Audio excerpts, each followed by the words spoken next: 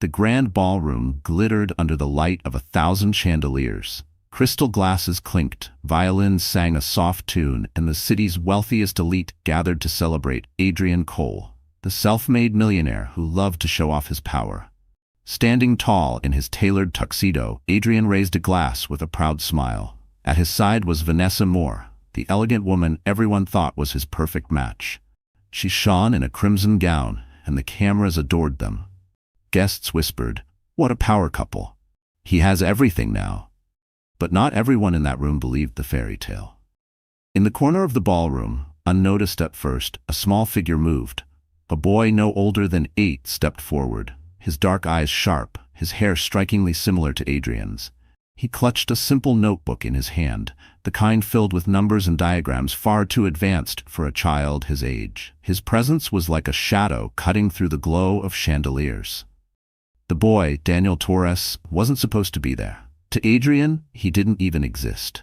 Years ago, Adrian had forced his then-wife, Elena, to choose between him and the child she carried. In a ruthless bid to secure his future with Vanessa, the daughter of a powerful investor, he demanded Elena get rid of the baby. He told her coldly, "This child has no place in my world. If you want to stay with me, you'll do what I say." But Elena had disappeared that night, her heart shattered, her body weak, yet her spirit burning. Everyone thought she obeyed him. Everyone thought the child was gone. Adrian built his empire on that lie. Now, 8 years later, the lie had returned in flesh and blood. As the gala's host announced Adrian's achievements, Daniel's clear, steady voice cut through the music. "You don't deserve applause," the boy said, loud enough for the nearest tables to turn. "You're not the man you pretend to be." The crowd gasped. Cameras swung in his direction. Vanessa's smile froze, her hand tightening on Adrian's arm. Adrian's face drained of color as his eyes locked on the boy's face, his own face staring back at him from 8 years ago. "Who is this child?" a guest whispered. The boy stepped forward again, his small shoes echoing on the marble floor. "My name is Daniel," he said, "and I'm here to tell the truth." The gala erupted in murmurs, confusion, and speculation. Vanessa hissed under her breath, "Adrian, do something." But Adrian stood frozen, trapped between the cameras, the eyes of the wealthy elite, and the undeniable resemblance of the boy standing before him. For the first time in years, Adrian's empire trembled. Not because of his rivals, not because of the market, but because of an 8-year-old child with fire in his eyes. And just as the room held its breath, the grand doors of the ballroom swung open with a dramatic crash. All heads turned. A woman entered, her long black dress flowing like a shadow against the marble floor. Her gaze was steady, her chin lifted with quiet pride. It was Elena, the wife Adrian had discarded, the woman he thought he had broken forever. Adrian's glass slipped from his hand, shattering against the polished floor. The music stopped. What happens when a buried past walks into your golden future? Long before the glittering gala, before her son stood against a millionaire father, Elena Torres had been an ordinary young woman with extraordinary dreams. At 28, she believed love could conquer anything. She believed loyalty meant forever. She believed the man she married would protect her heart. She had no idea those beliefs would nearly destroy her. Elena grew up in Queens, New York, in a modest 2-bedroom apartment. Her father was a mechanic, her mother a school librarian. They didn't have much, but they gave her love and resilience. From a young age, Elena dreamed of working in design, creating warm, beautiful spaces that told stories of the people who lived in them. But dreams often bow to reality. After her parents passed within a year of each other, Elena became the sole guardian of her younger brother, Marco. She put her education aside to work as a receptionist in a corporate office, making just enough to cover rent and groceries. That was when Adrian Cole walked into her life. Tall, magnetic, ambitious. He was a junior financial analyst back then, with a smile that made her believe in second chances. He courted her not with money, but with attention, with promises whispered on long subway rides home. "I'll give you the world, Elena," he said, and for a time she believed him. They married in a small ceremony at City Hall. Elena, wearing a borrowed dress, thought her fairy tale had begun. She cooked, she worked, she supported Adrian's late nights. When she discovered she was pregnant, she felt fear and joy intertwine. "We'll be a family," she whispered to the tiny life inside her. But Adrian's response was not joy, it was calculation. His eyes shifted, his ambition growing larger than his heart. Around the same time, Vanessa Moore entered the picture. Young, glamorous, and, most importantly, the daughter of a powerful investor who could open doors Adrian had only dreamed of. That was when Elena's world cracked. Adrian's love turned into cold commands. His ambition turned into cruelty. He told her flatly, "Get rid of it. Vanessa's father is the key to everything. Don't ruin this for me." Elena's hands shook as she clutched her belly. "Adrian, this is our child." But his glare silenced her. In one night, her fairy tale turned into a nightmare. She left with nothing but a suitcase and the determination to protect her unborn baby. Adrian believed she had obeyed, that the child never drew breath. But Elena, fragile, heartbroken yet fierce, vanished into the shadows of the city. The years that followed were merciless. Elena worked 2, sometimes 3 jobs. Waitress by night, cleaner by dawn, assistant by day. She clipped coupons, wore second-hand clothes, and skipped meals so her son could eat. Her brother Marco, away on a scholarship overseas, begged to return, but Elena insisted he stay. "You must finish school," she told him. "You're the only one who can make sure we survive tomorrow." Her sacrifice carved deep lines of exhaustion into her face, but her spirit never broke. For every cruel memory of Adrian, there was the sound of her son's laughter. For every tear shed in loneliness, there was the warmth of little hands hugging her neck. Still, she couldn't escape the weight of fear.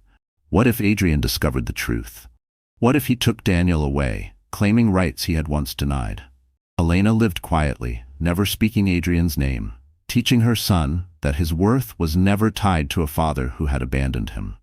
And yet, fate had a way of dragging the past into the present. Because 8 years later, that same child Adrian tried to erase was about to stand in front of the world, and Elena would have to walk back into the very fire she had once fled. The city of New York has always been a place of extremes. Glittering penthouses towering above crumbling walk-ups, limousines speeding past buses filled with weary workers. For Adrian Cole, New York was a kingdom.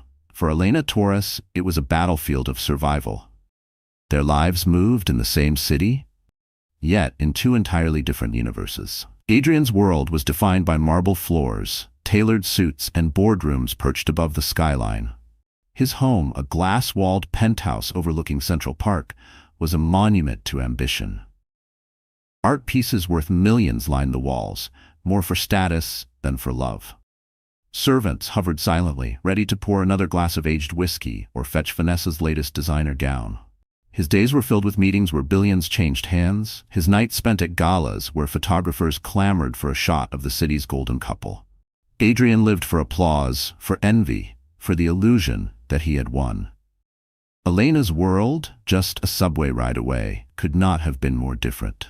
She and Daniel shared a small 2-room apartment in a modest building in Queens. The wallpaper peeled in the corners, the pipes clanged in the winter, and the stairs creaked with every step. Yet it was a place filled with warmth. On the walls, Daniel's drawings of rockets and numbers covered the cracks. On the worn couch, Elena mended clothes late into the night, her fingers raw but steady. The smell of rice and beans simmering on the stove often mingled with the sound of Daniel reciting math problems far beyond his age. It wasn't much, but it was theirs. Elena avoided luxury hotels and glittering events, but she couldn't escape the reminders. On her commute to work, she saw Adrian's face on business magazines displayed in kiosks. Adrian Cole, the visionary investor, the headlines read. She would lower her eyes, holding Daniel's hand tighter, whispering, "He doesn't control us anymore." But deep inside, fear lingered. What if their paths crossed again? That fear became reality the night of the Bright Futures Gala. The gala was the city's crown jewel event, a fundraiser hosted by Adrian's company to support underprivileged children. Irony dripped from every corner of the ballroom. Guests arrived in limousines and glittering gowns, donating millions while sipping champagne that cost more than most families made in a month. The chandeliers sparkled, the orchestra played Mozart, and Adrian basked in the spotlight as if he were a king. At his side, Vanessa glittered like a trophy, her every movement designed to remind the world she had won. It was in this world of diamonds and deception that Daniel stepped forward, notebook in hand, and challenged the empire his father had built on lies. And it was in this same ballroom that Alina, who had sworn she would never set foot in Adrian's shadow again, was about to return. The stage was set. On one side stood a man who believed power could erase the past. On the other, a woman who had lived in silence, raising the very child he had tried to erase. Two worlds, one of ruthless wealth, one of quiet resilience, were about to collide under the blinding light of chandeliers and the unflinching eyes of the city's elite. Because New York never forgets, and neither did Elena. Adrian Cole was the kind of man people admired from a distance but feared up close. His rise to power was not built on kindness or loyalty, but on ambition sharp enough to cut through anyone who stood in his way. To the world, he was a genius investor, a millionaire with a golden touch. To Elena, he was once a husband who promised love, but became a stranger she no longer recognized. In his early years, Adrian had little more than charm and a relentless hunger for success. He grew up in a working-class neighborhood, the son of a factory worker who drank away his paychecks. Adrian swore he would never live like that. Every move he made was calculated to escape poverty, no matter who got hurt along the way. When he met Alina, he saw her as both comfort and convenience, a woman who supported him without question, who worked late hours and stretched their modest income while he built his future. But as his career began to climb, Adrian's mask slipped. The man who once held Elena's hand on the subway began to criticize her clothes, her job, her lack of status. "You're holding me back," he snapped one night after she questioned his late hours. His eyes no longer softened when he looked at her. They hardened, as if she were a weight dragging him down. Vanessa Moore entered his life like gasoline poured on dry wood. She was glamorous, wealthy, and the daughter of a powerful investor. To Adrian, she wasn't just a mistress, she was a shortcut. With her came access to money, contracts, and connections he could never buy on his own. For the first time, Adrian tasted the high life he had always dreamed of, and he wasn't willing to give it up. So when Elena told him she was pregnant, Adrian's ambition twisted into cruelty. Instead of joy, he saw a threat. A baby would slow him down, tie him to a woman he now considered beneath him, and risk his chance to marry into Vanessa's wealthy world. He looked Elena in the eye and delivered words that froze her blood. "Get rid of it. If you keep that baby, you lose me forever." Those words revealed the man he had truly become. Heartless, selfish, and consumed by greed. That night, Elena packed her bags and left, but Adrian never searched for her. He assumed she had obeyed him, that she had erased the child and faded quietly from his story. In his mind, she was nothing but a stepping stone. 8 years later, Adrian's empire gleamed on the surface but rotted underneath. He surrounded himself with luxury and praise, yet paranoia whispered in his ear. He controlled everything. His company, his public image, even Vanessa's every move. Yet deep inside, he feared one thing: exposure. Exposure of his lies, his past, and the sacrifices he demanded for success. That fear materialized the moment he saw Daniel in the ballroom. For the first time in years, Adrian's carefully constructed mask cracked. His eyes widened, his grip on Vanessa faltered. He recognized the boy instantly, though his mind screamed denial.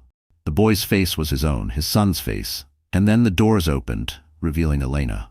The woman he had discarded, the wife he had erased, was standing in the same room he thought he owned.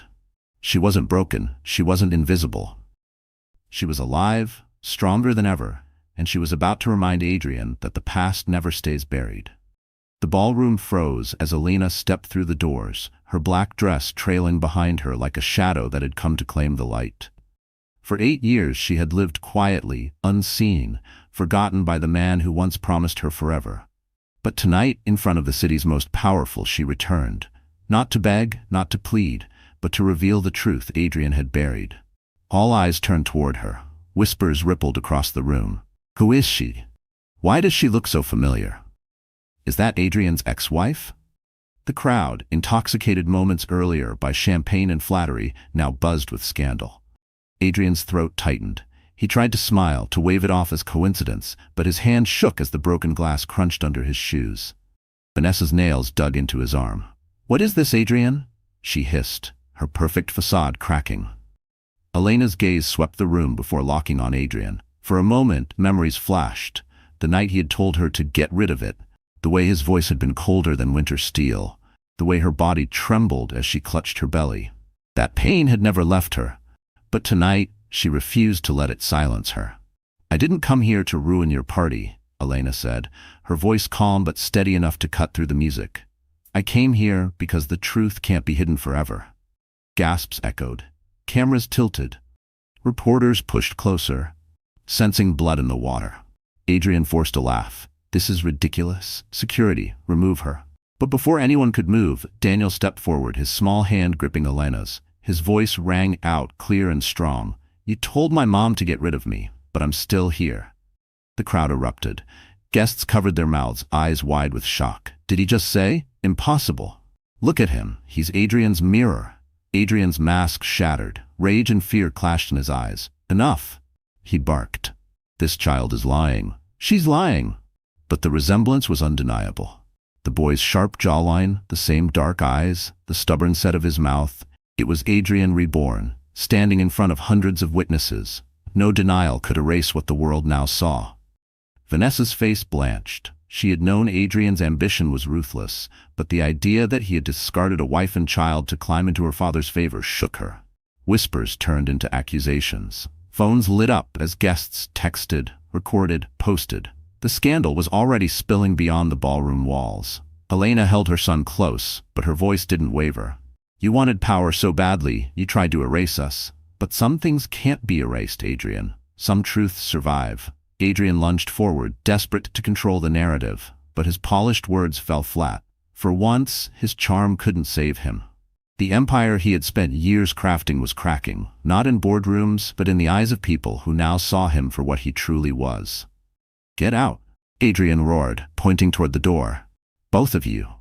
His voice, once commanding, now sounded desperate, trembling. But Elena didn't move. She stood taller, Daniel at her side, the weight of 8 years of silence breaking with every word she spoke. "We're not leaving, Adrian, not until everyone knows what you did." The ballroom, once filled with music and laughter, now pulsed with scandal and suspense. The cameras zoomed closer, the whispers grew louder, and Adrian Cole, New York's golden millionaire, was cornered by the family he had tried to erase. And this was only the beginning. The doors of the ballroom slammed behind Elena and Daniel, shutting out the gasps, the whispers, the flashing cameras. Outside, the cold night air hit her like a slap, cutting through the adrenaline that had carried her into that gilded room. Her body trembled, her breath uneven. She had been strong in front of them, strong for her son. But now, away from the lights, the weight of what she'd just done crashed down on her. Her knees buckled. She sank onto the steps of the Grand Hotel, clutching Daniel to her chest. "Mom," he whispered, his small hands patting her arm. "You did good. You told the truth." His eyes, wide and innocent, carried more courage than most adults. But Elena could barely hear him. Shame, fear, and doubt roared in her mind. Had she ruined everything? Would Adrian retaliate? What if he used his wealth and power to rip Daniel away from her? For 8 years she had hidden in the shadows, terrified of this exact moment. And now it had happened. Not in private, not quietly, but in front of the city's elite. Tears blurred her vision.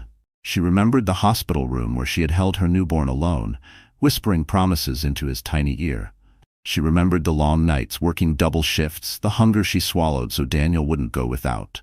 Every sacrifice had been to keep him safe. But tonight, she had thrown them both into the lion's den. A black car pulled up to the curb. The tinted window lowered just enough to reveal a pair of cold eyes. Adrian's driver. "Mr. Cole requests your presence," the man said, his tone flat, more command than invitation. Elena's stomach twisted. She shook her head, clutching Daniel tighter. "No. Tell him I'm done with his games."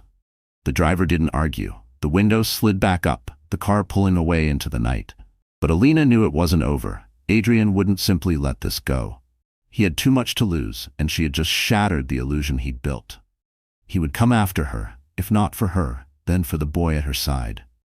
She stood, forcing her legs to steady, and led Daniel down the street.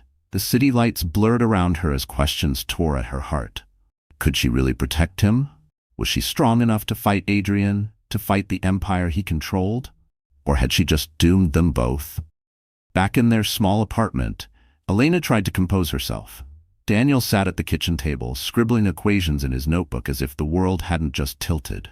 She watched him, her chest aching. "Do you understand what happened tonight?" she asked softly. Daniel looked up, his dark eyes calm. "He's afraid of us, Mom. That's why he yelled. That's why he lied." His words, so simple yet so wise, cut through her despair. For the first time that night, Elena realized Daniel wasn't just a child. He was stronger, sharper, and braver than she had ever dared to hope. Maybe he wasn't the one who needed protection. Maybe he was the reason she had the strength to keep going. Still, fear gnawed at her. Adrian had power, influence, and money. She had only her truth, her son, and the fragile hope that justice might still exist in a world ruled by men like him. As Elena tucked Daniel into bed, her phone buzzed. A message appeared from an unknown number. "You can't hide anymore. He's coming for you both." Her blood ran cold. She sat frozen in the dim light, the screen glowing in her hand. The nightmare wasn't over. It was only deepening. The message on Elena's phone glowed like a threat carved into glass. "You can't hide anymore. He's coming for you both." Her hands shook as she locked the screen, her mind spiraling. Who had sent it? Adrian's lawyer? One of his hired men?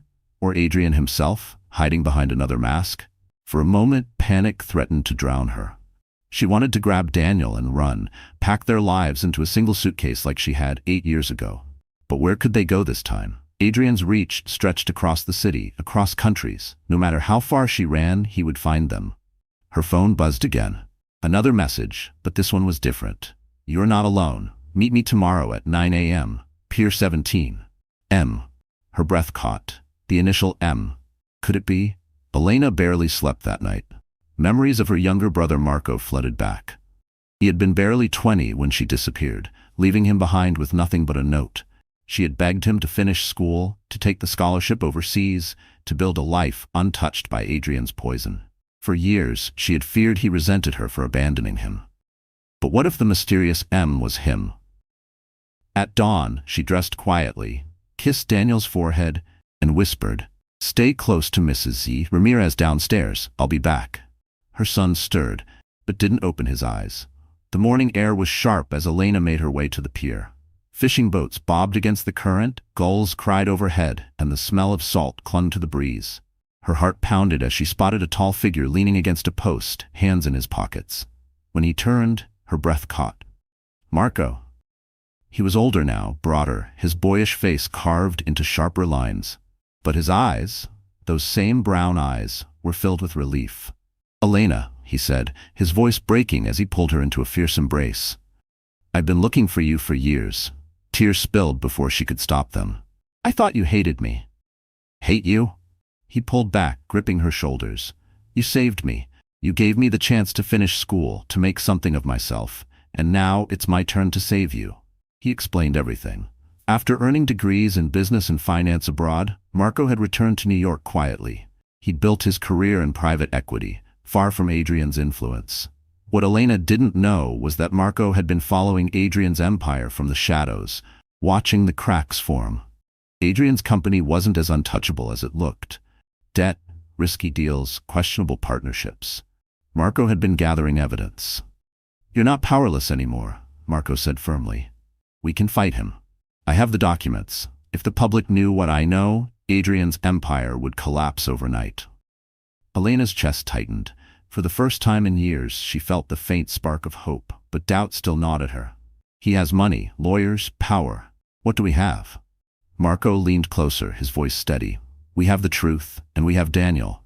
That boy isn't just smart, he's a prodigy. Do you know what it means for the world to see Adrian deny his own son, while that same sun shines brighter than anyone?" Elena's mind reeled. She had spent 8 years protecting Daniel from Adrian, never considering that her son could become the very key to bringing Adrian down. As she stood on the pier, the morning sun rising over the city, she realized the battle was no longer just about survival. It was about justice. But even as hope flickered, fear returned, because if Adrian sensed they had allies, his cruelty would only grow sharper. And Adrian Cole had never lost without a fight. For years, Elena Torres had lived in the shadows. Her days were filled with survival, working late shifts, cooking simple meals, patching clothes and keeping her son safe from a world she feared would rip him away. But after that night at the gala and the reunion with Marco, something shifted. The fear that had once chained her now began to burn into something new: resolve. "You can't fight him hiding in the dark," Marco told her as they sat in his sleek apartment overlooking the East River. The place was modern, minimalist, nothing like Adrian's ostentatious penthouse. It was a space earned by discipline, not deceit.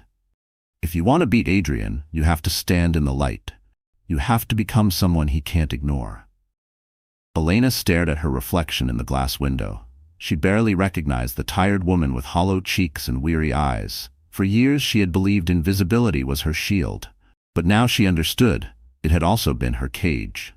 The next morning, Marco took her shopping. Not for luxury, not for labels, but for armor. A tailored black blazer, sharp enough to cut through condescension. Simple yet elegant dresses that spoke of quiet power. Shoes that clicked against marble floors with authority. "Clothes don't make you stronger," Marco said as she hesitated, "but they remind the world you're not to be dismissed." Elena's transformation wasn't just on the outside. With Marco's guidance, she began to learn the language of power. The numbers, the deals, the strategies Adrian had once used to climb. Nights that used to be spent mending clothes were now spent poring over financial documents, Marco explaining every loophole, every weakness in Adrian's empire. She wasn't just listening, she was absorbing, her sharp mind awakening like embers fanned into flame. At the same time, Daniel became her greatest source of strength. His brilliance in mathematics and technology stunned even Marco, who admitted, "This boy is beyond gifted. He's a miracle." Elena watched her son, pride swelling with every problem he solved, every invention he sketched. She realized Adrian had underestimated not just her, but the child he had tried to erase. Weeks passed, and the timid, exhausted mother began to fade. In her place rose a woman who carried herself differently, who looked people in the eye without shrinking. The first time she walked into Marco's office building, heads turned. No one saw a forgotten ex-wife. They saw a woman with fire in her step, purpose in her gaze. Still, late at night, doubt whispered. Adrian was ruthless, and she knew the cost of crossing him. Some nights she lay awake, staring at the ceiling, asking herself if she was ready to risk everything again.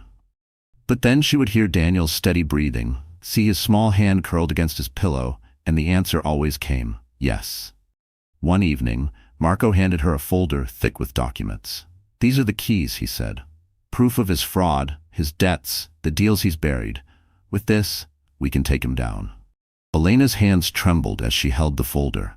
For the first time in 8 years, she felt not like prey, but like a hunter. She stood taller, squared her shoulders and whispered, more to herself than to Marco, "He thought he erased me, but I'm still here."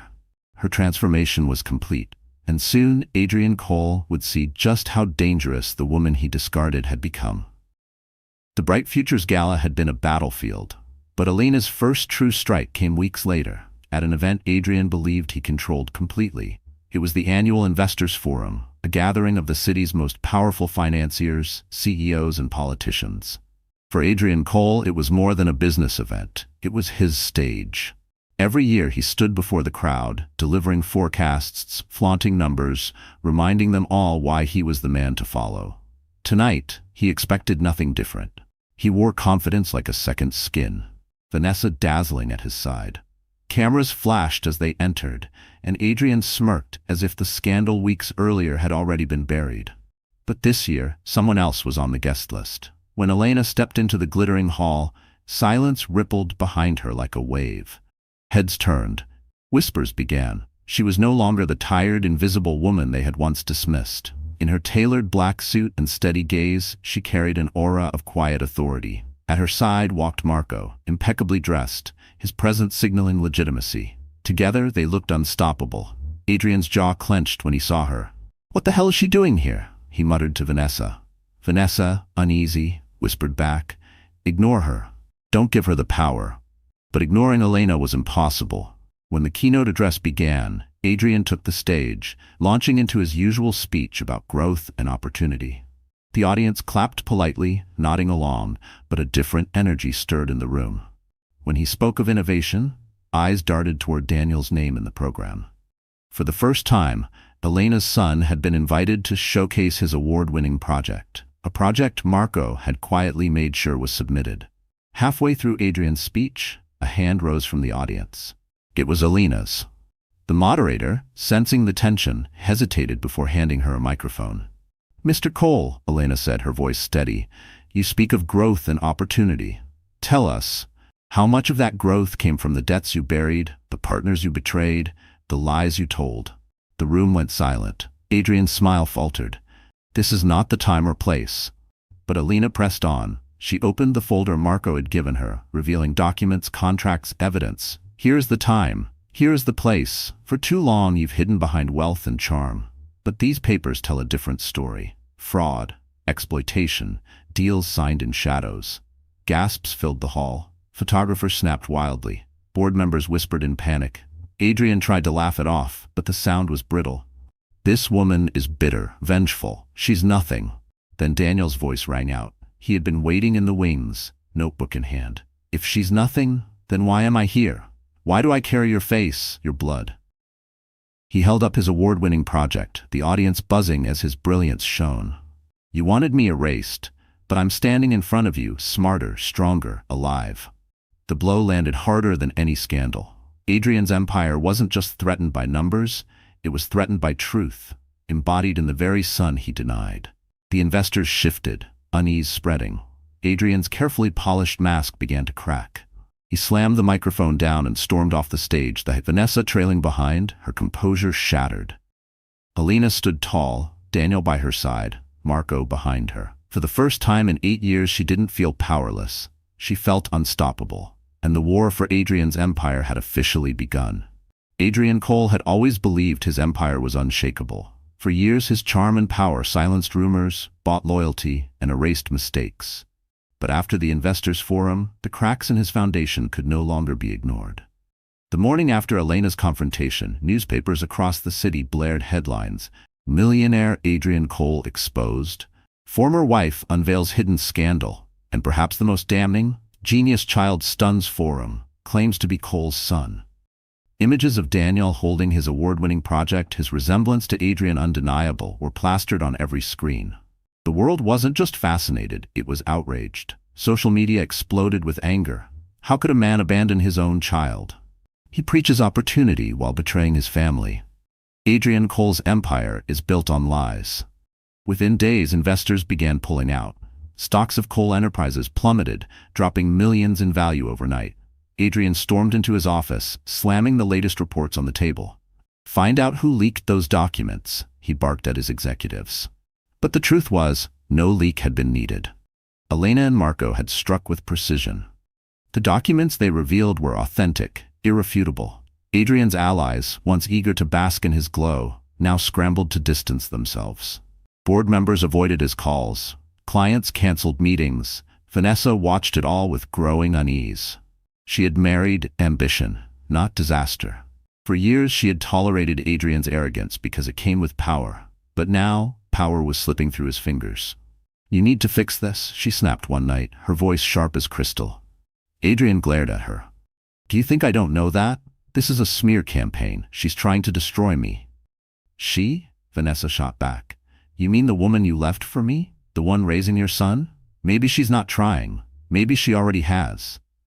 Her words cut deep, but Adrian refused to admit defeat. He threw himself into damage control, press releases, staged interviews, hollow denials. But the harder he fought, the worse it got. Every denial was met with another piece of evidence from Marco's folder. Every smile on camera was undercut by Daniel's innocent, undeniable face on the front page. Meanwhile, Elena kept quiet. She didn't need to fight in public anymore. The truth was fighting for her. She focused on Daniel, keeping his life as normal as possible, while Marco strategized behind the scenes. "He's unraveling," Marco told her one evening. "It's only a matter of time before he loses everything." But Adrian wasn't ready to surrender. If his empire was burning, he would drag Elena and Daniel into the flames with him. He hired investigators, dug into Elena's past, and whispered threats through anonymous messages. He wanted her afraid again, like she had been years ago. Yet something had changed. Elena no longer trembled. She no longer hid. Every threat Adrian sent only fueled her determination. One evening, as Adrian sat alone in his penthouse, staring at empty whiskey glasses, Vanessa packed her bags. "I didn't sign up for this," she said coldly. "My father won't back you anymore. You're finished, Adrian." He lunged toward her, desperate, but she pulled away. "You destroyed yourself," she said, walking out the door. For the first time in his life, Adrian Cole stood truly alone. The man who once commanded boardrooms and ballrooms now sat in silence, his empire crumbling, his allies gone. But deep inside, a storm brewed. Adrian wasn't just angry, he was vengeful.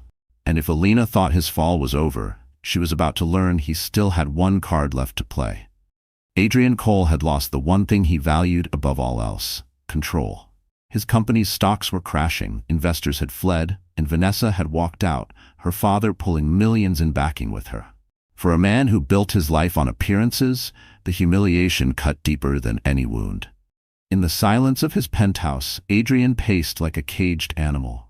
The city lights sparkled beneath him, mocking his downfall.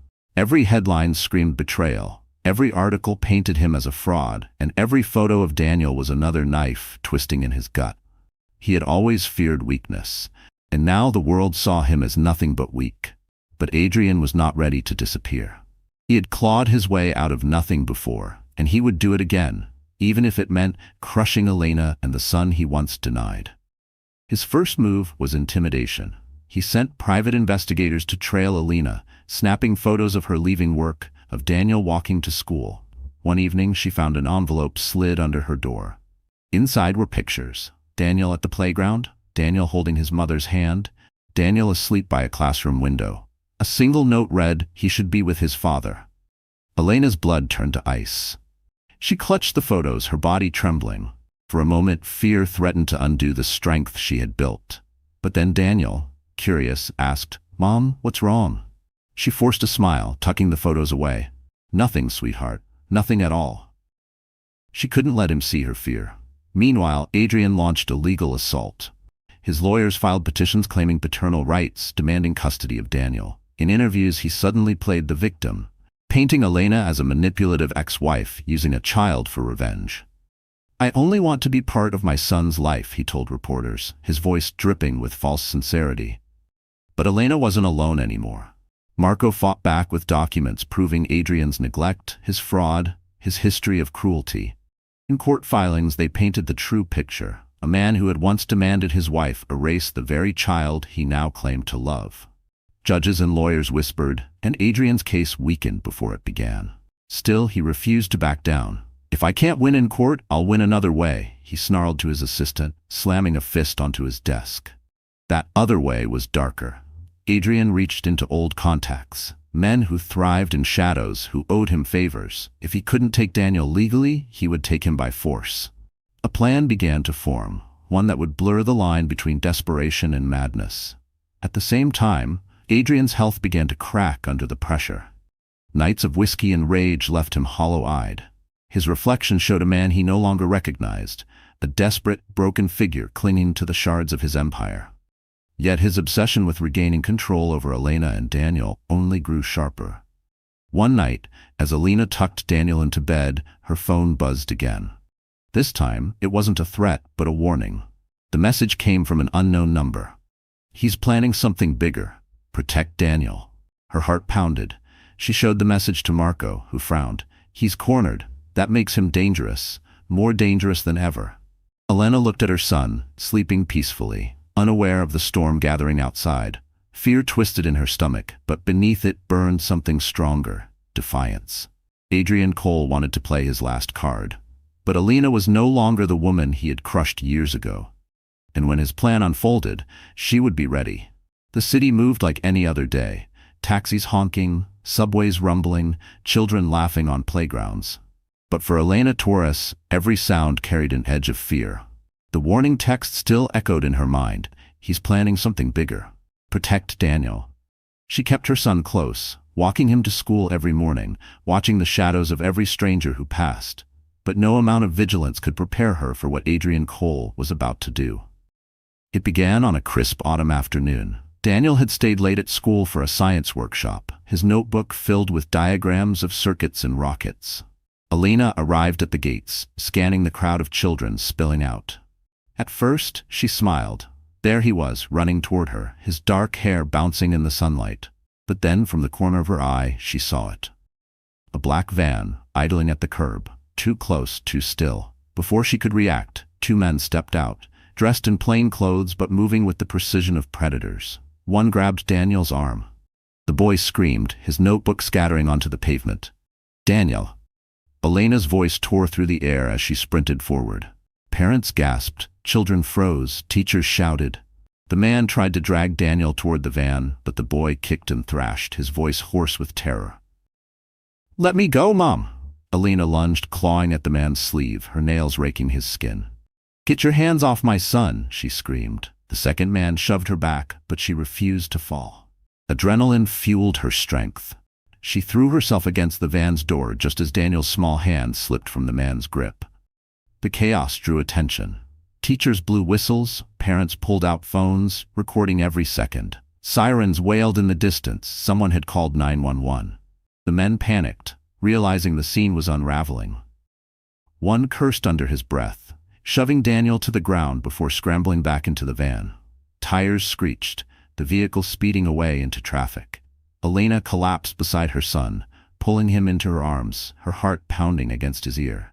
"I've got you, baby. I've got you," she whispered, her tears wetting his hair. Daniel clung to her, trembling, but alive. The police arrived minutes later, questions flying. Witnesses described the men, the van, the license plate partially caught on a parent's camera. Elena's mind raced. She knew exactly who was behind it. Adrian had gone from threats and lawsuits to something darker. He hadn't just wanted control, he had tried to steal her son. That night in Marco's apartment, Elena replayed the events, her hands still shaking. Marco paced the room, fury radiating from him. "This isn't business anymore. This is war." He crossed a line. Daniel, curled on the couch, looked up with wide, frightened eyes. "Why does he want me, Mom? Why doesn't he just leave us alone?" Elena knelt beside him, brushing his hair back gently. "Because people like him think they can take whatever they want. But he's wrong, Daniel. You're not his prize. You're my son. And no one will take you from me." Marco placed a hand on her shoulder. "Then we fight smarter. He wants to play dirty, we'll expose every skeleton in his closet. We'll make sure the world sees him for what he really is." Elena nodded, her fear hardening into fire.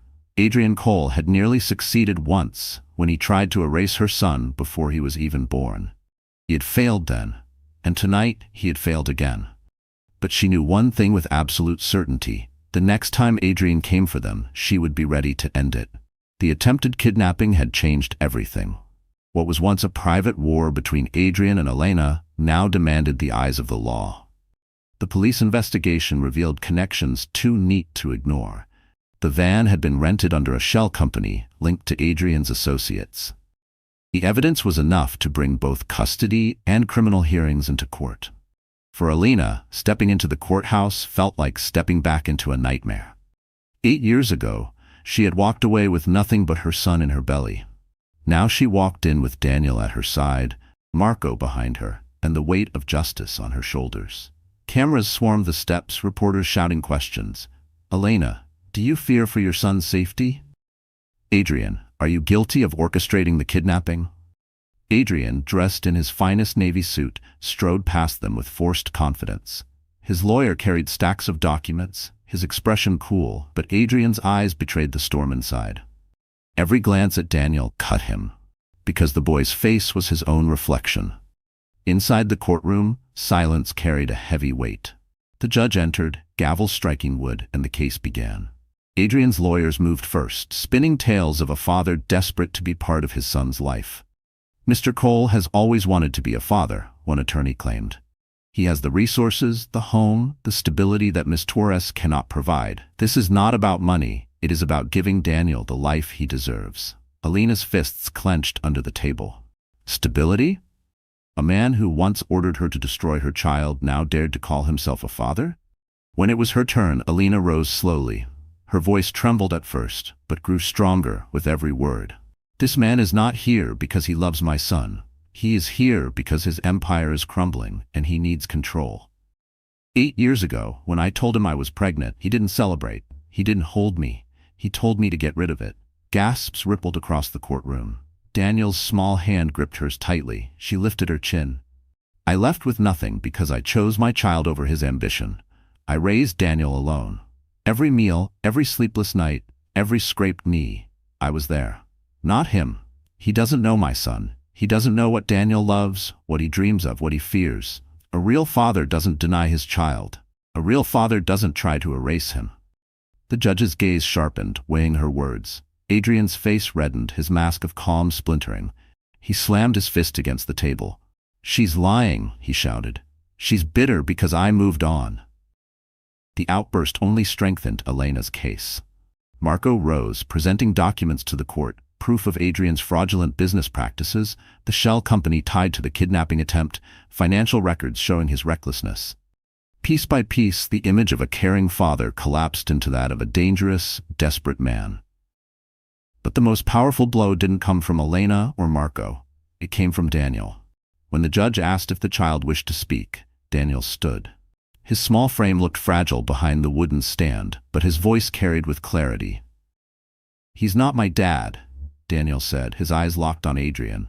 A dad doesn't try to make you disappear. A dad doesn't scare your mom. My mom is both my mom and my dad. She's enough for me. The room fell silent. Even the judge paused, her expression softening at the boy's courage. Adrian sat frozen, his mouth opening and closing without sound. For the first time he had no words, no lies strong enough to fight the truth spoken by his own son. And in that silence, the empire of Adrian Cole began to collapse inside the very walls of justice. Vanessa Moore had always loved the spotlight. The red carpets, the cameras, the whispers of admiration when she entered a room draped in silk and diamonds, it was the currency she craved. And for years, Adrian Cole had been her ticket to it all. Together, they had played the perfect couple. Their smiles choreographed, their wealth flaunted. But beneath the glitter, Vanessa was pragmatic. She loved power more than she loved Adrian. When the courtroom battle exploded across headlines, Vanessa watched in silence. At first, she dismissed it as a temporary scandal. "You'll fix it," she told Adrian one night, swirling champagne in her glass. "You always do." But Adrian couldn't fix it. His empire was hemorrhaging money, his investors were gone, and his public image had been shattered by Elena's testimony and Daniel's brave words. Every article painted him as ruthless, heartless, desperate. And Vanessa knew what that meant. Her father's support was next to vanish. The cracks in their relationship widened quickly. One evening, Adrian came home, his tie loosened, his face red with fury. "They froze my accounts," he muttered, slamming documents onto the counter. "I can't access half my assets until the court hearings are done." Vanessa arched a brow. "So what are you going to do about it?" "What am I?" Adrian turned on her, his voice sharp. "I've been fighting every damn day while you sit here buying dresses and acting like nothing's happening." Her eyes narrowed. "Don't you dare blame me. You built your empire on lies. You chose to betray your wife, abandon your child, and gamble everything on greed. Don't look at me now like I ruined you." The words stung more than Adrian expected. For years, Vanessa had been his shield, his partner in deception. To hear her say out loud what he had tried to bury ignited a rage he couldn't contain. "Without me, you're nothing," he spat. Vanessa laughed, cold and sharp. "Without me, you would have never touched this world. Who do you think opened the doors for you? Who gave you access to my father's money, my family's name? You think you climbed alone, Adrian? No, you climbed on my back, and now you're falling." That night, Vanessa packed her bags. She didn't sneak away, she wanted him to see. As she zipped her final suitcase, Adrian blocked the door. "You'll regret this," he growled. She tilted her head, her voice steady. "No, Adrian, you will, because I'm going to testify." His face drained of color. "What?" "You heard me." She shouldered her bag, her gaze unwavering. "The court wants witnesses. They want the truth about what you did to Elena, about how you manipulated everyone, about how you begged me to help you destroy your own family. I'll give it to them." He reached for her arm, but she yanked it free. "Don't touch me. You've already destroyed yourself. I'm just making sure the world sees it." And with that, Vanessa Moore, the woman he sacrificed everything to have, walked out of his penthouse and out of his life. Adrian stood in the doorway, chest heaving, his world collapsing piece by piece. For years he had believed Vanessa was his greatest prize. Now she was his greatest enemy. And when she took the stand, Adrian Cole's final mask would shatter. For 8 long years, Elena Torres had lived in survival mode. Her life had been measured in rent payments, grocery lists, and sleepless nights spent worrying about the future. But after the courtroom battle, something shifted inside her. For the first time since Adrian cast her aside, she wasn't just surviving. She was standing tall, and the world was finally seeing her for who she really was. The headlines began to change. No longer was she just the ex-wife. Reporters called her the mother who defied Adrian Cole and the woman who chose her child over power. Interviews requested her story, but Elena refused most of them. She wasn't interested in fame. She wanted something greater: stability, dignity, and a future for Daniel. That future began to take shape when Marco approached her with a proposal. "Elena," he said one evening, spreading papers across the table in his office, "you have a gift. The way you see design, the way you make any space feel like home, that's not something you should keep hidden anymore. Let's start your business." Elena blinked in surprise. "My business? Marco, I can't." "You can," he interrupted firmly. "I'll handle the capital. You'll handle the vision. People already see you as strong, resilient. They'll trust you. They'll want to work with you." For years, Elena had pushed her dreams aside, but with Marco's support, she dared to try. Together, they launched Torres Interiors, a design firm specializing in creating warm, livable spaces for families. Unlike Adrian's cold empire, her business was built on authenticity. Clients came not just for her talent, but for her story, the story of a woman who rebuilt her life from ashes. Within months, projects poured in. Small apartments, cozy cafes, nonprofit offices. Elena poured her heart into every design, making each space a reflection of comfort and resilience. Photos of her work spread online, accompanied by her story of survival. People admired not just her designs, but the woman behind them. Daniel beamed with pride. "Mom, you're famous now," he teased one afternoon, scrolling through an article praising her work. Elena laughed, ruffling his hair. "Not famous, sweetheart, just finally being seen." But her triumph wasn't only professional. Personally, she blossomed. The woman who once hid in second-hand clothes now carried herself with quiet confidence. She wasn't chasing wealth or status. She was proving, to herself, to Daniel, to the world, that she was more than the scars Adrian left behind. The most powerful moment came during a charity event for single mothers. Elena was invited as a keynote speaker. Standing on stage, she looked out at the crowd of women who, like her, had once felt invisible. "I lost everything once," she said softly, her voice steady. "But in losing it, I found what truly mattered: my son, my strength, and the truth that no one can erase you unless you let them. To every woman here who feels small, let me tell you, you are not. You are powerful. You are enough." The room erupted in applause, many wiping away tears. Daniel sat in the front row, clapping harder than anyone, his eyes shining with pride. Elena stepped down from the stage, her heart swelling. She had been humiliated, abandoned, and nearly broken. But tonight, she wasn't the victim. She was the victor. And somewhere in the shadows, Adrian Cole watched, seething. Because the woman he once tried to erase had become unstoppable. The courtroom battle had shaken the city, but what truly captured people's hearts was not the lawyers or the evidence. It was Daniel. The boy who should never have existed, the child Adrian once demanded erased, had become a symbol of resilience. And soon he would prove just how strong he truly was. It happened at the National Science and Innovation Fair, an event broadcast nationwide.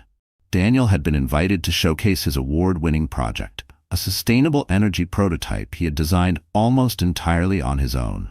At only 8 years old, he stood among teenagers and university students, his mind years ahead of his age. Elena sat in the front row, her heart pounding with pride and nerves. Marco leaned beside her, whispering, "He's about to change everything." The stage lights beamed down as Daniel walked up with his small frame, his voice steady as he explained his project. The audience listened, captivated. When he finished, the applause shook the hall. Reporters scribbled notes, cameras flashed, and for a moment, Daniel was just a boy celebrated for his brilliance. But then, a voice rang out from the back of the hall. Deep, commanding, unmistakable. "Daniel." Elena's blood froze. She turned and saw him, Adrian Cole, flanked by 2 lawyers, striding down the aisle as if he still owned the room. Whispers erupted. Cameras swung toward him, eager for drama. Daniel stiffened on stage, his small hands gripping the podium. Adrian's voice echoed. "You're my son, and no matter what anyone says, nothing changes that. I want the world to know you belong to me." Gasps filled the hall. The reporters leaned forward, hungry. Elena rose from her seat, fury blazing in her eyes. "You don't get to claim him now," she shouted. But Adrian ignored her, his gaze fixed on Daniel.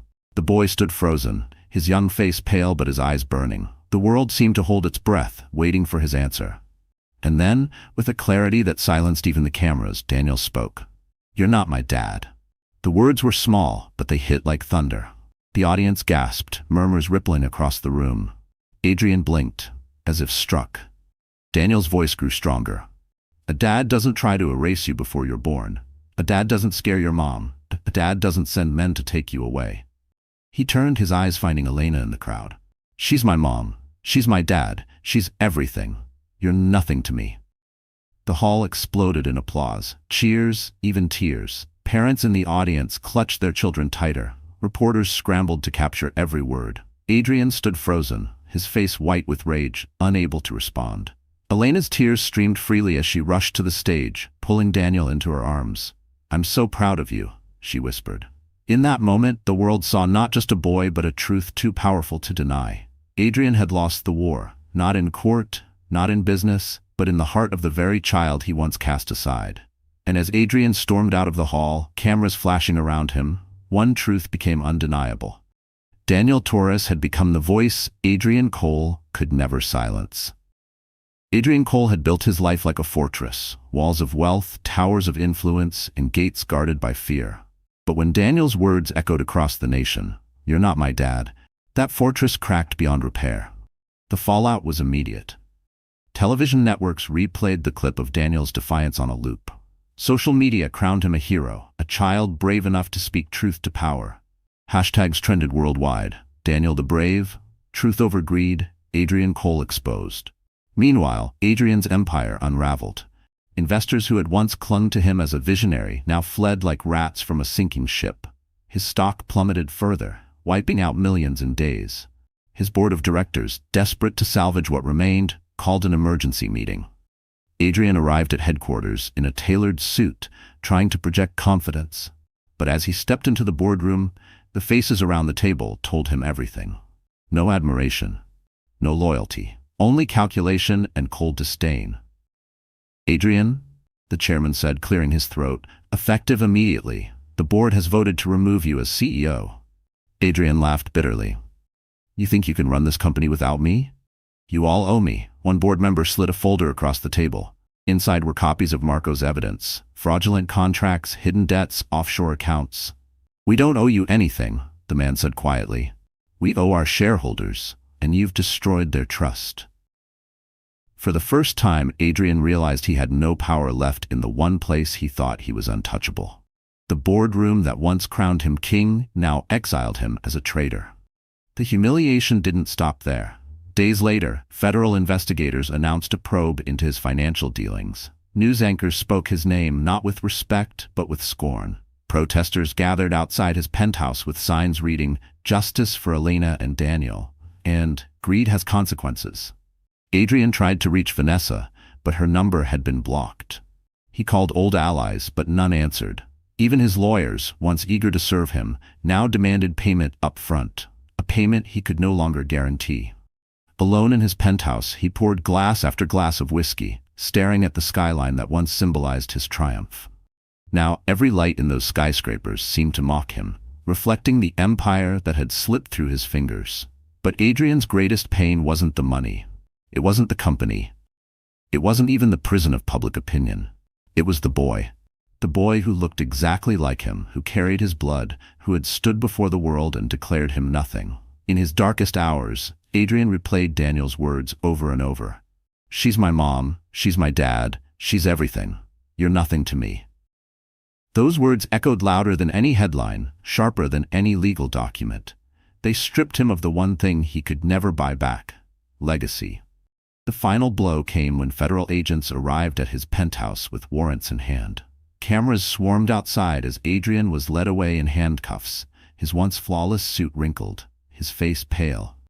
The man who had once commanded rooms with a smirk now shuffled past flashing bulbs, reduced to a cautionary tale. The crowd outside jeered. Among the chants, one voice rose above the rest. "You can't erase the truth, Adrian." And deep in the city, Elena and Daniel watched the broadcast together. Elena's hand rested on her son's shoulder as Daniel whispered, almost to himself, "He finally can't hurt us anymore." Adrian Cole's downfall was complete, and the empire built on lies had crumbled into dust.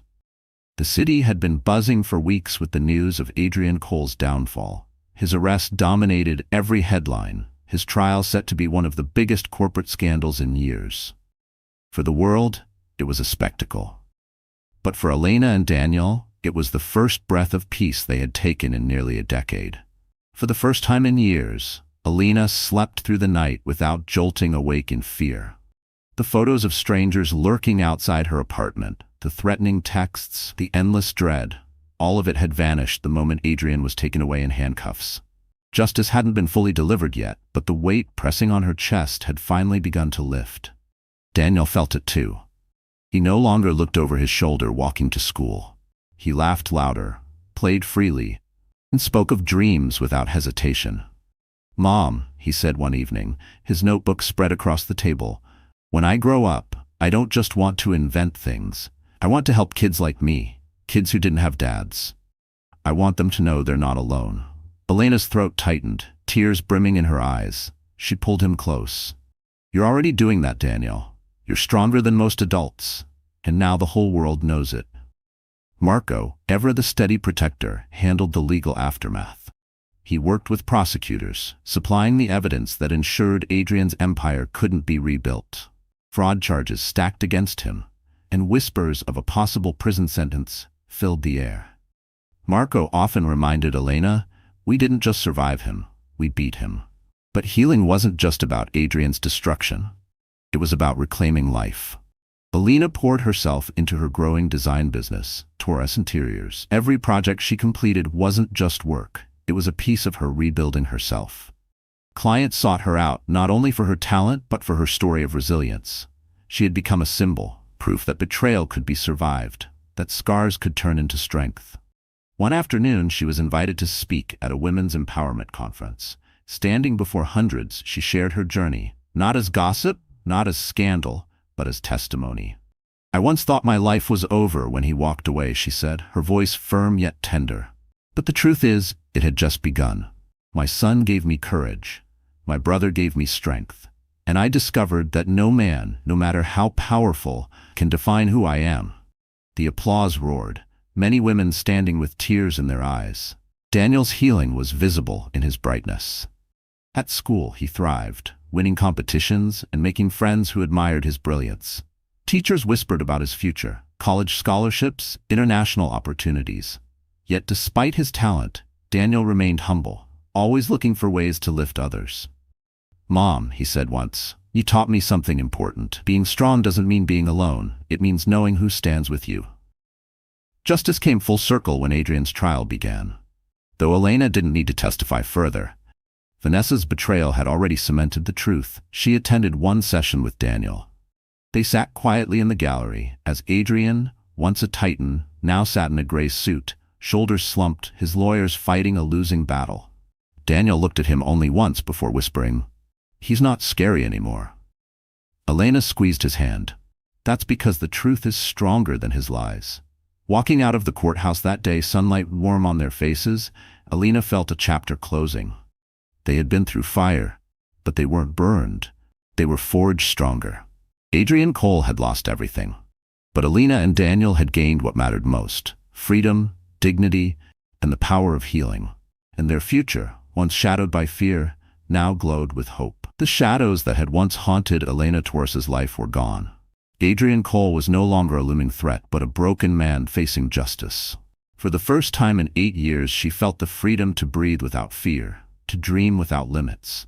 And with that freedom came a new beginning.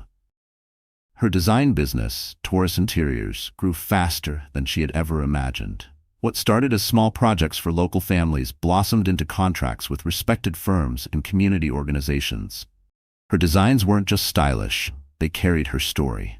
Clients loved how her spaces felt alive, filled with warmth and resilience. "You don't just decorate rooms," one client told her. "You heal them." Elena smiled at that. Perhaps in designing new homes, she was also rebuilding her own. Marco remained her steadfast partner, managing finances and ensuring the business thrived. At meetings, people often whispered in admiration of their bond. Few knew the full story, that the brother she had once sacrificed everything to protect had now become her shield. Together, they were unstoppable. Proof that family loyalty could outlast betrayal. And Daniel, he was the brightest light of all. His name had spread far beyond New York. Articles called him a young prodigy, schools sent invitations, and technology firms reached out with offers. But Daniel stayed grounded, his heart tied to his mother's sacrifices. "We don't need to rush, Mom," he said one evening, sprawled across the couch with his notebook. "I just want to keep learning, keep building. I want to make you proud." Elena kissed his forehead, tears in her eyes. "You already have, 1,000 times over." The city that once felt like a cage now felt like a stage. Elena no longer avoided the neighborhoods where Adrian's face once towered on billboards. Those ads had been taken down, replaced by new campaigns, his name scrubbed from the skyline. She walked freely, head high, no longer defined by fear or shame. One afternoon, she and Daniel visited the Queens neighborhood where she grew up. The small apartment where she once struggled still stood, paint chipped and windows cracked. Daniel looked at it curiously. "This is where you raised me, right?" Elena nodded. "Yes, it wasn't much, but it was where we survived." Daniel smiled softly. "Then it's special, because it's where we started." Her heart swelled. For years she had seen that apartment as a place of hardship, but through her son's eyes it became a symbol, not of struggle but of resilience. As weeks turned into months, Elena's life blossomed. She accepted speaking invitations, using her story to inspire women who felt trapped in toxic relationships. She reminded them that silence was not strength, that leaving could be the first step toward freedom. Each time she spoke, she thought of the night she left Adrian, carrying nothing but courage and the life inside her. That night had broken her once, but it had also saved her. At home, laughter filled the air more often than tears. Dinner was shared without tension. Nights were quiet, not haunted by nightmares. Slowly, Elena and Daniel weren't just healing, they were thriving.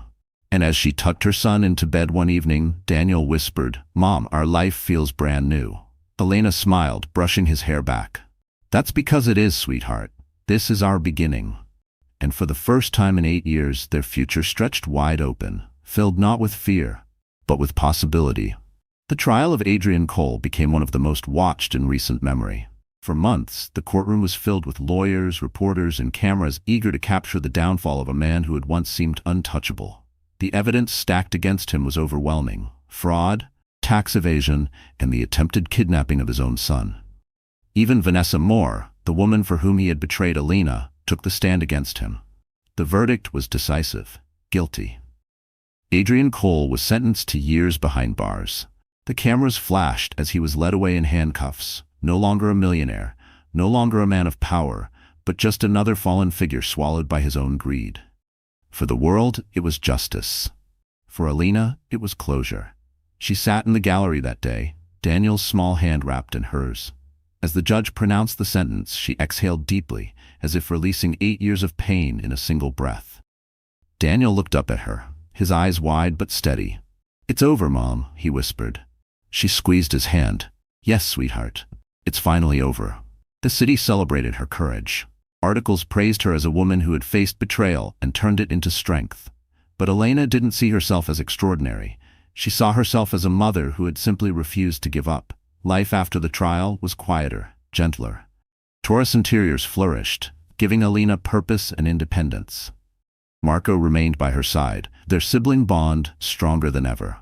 And Daniel continued to shine, his genius opening doors to opportunities once unimaginable. Yet, despite the recognition, Elena always kept him grounded. "Titles and awards don't matter as much as kindness," she reminded him. Daniel nodded, never forgetting the lessons carved from their years of struggle. One evening, Elena was invited to speak at a global women's summit. The audience was filled with women from every walk of life, some successful, some still trapped in silent battles. Elena stood on the stage, her voice calm yet powerful. I once thought strength meant staying silent. I thought it meant enduring whatever pain was given to me. But I learned that true strength is choosing to walk away, even when your heart is breaking. It's choosing to protect your children, your dignity, and your future. She paused, her eyes glistening. To every woman who feels unseen, unheard, or unworthy, please know this: you are not alone. You are not powerless, and you are never defined by the man who tries to break you. You can rise, you can heal, and you can create a new beginning. The hall erupted in applause, women standing, some crying, others holding each other. Elena felt the weight of their stories, their pain, their hope, and for the first time she didn't just feel like she had survived. She felt like she was leading others out of the shadows too. That night, as she returned home, Daniel ran into her arms, his face beaming. "Mom, you were amazing," he said. "You showed everyone that women can be strong." Elena held him close, her heart swelling. "I didn't do it alone. I did it because of you. You gave me courage when I had none. You gave me a reason to fight." As the city lights twinkled outside their window, Elena knew the story of her life had been rewritten.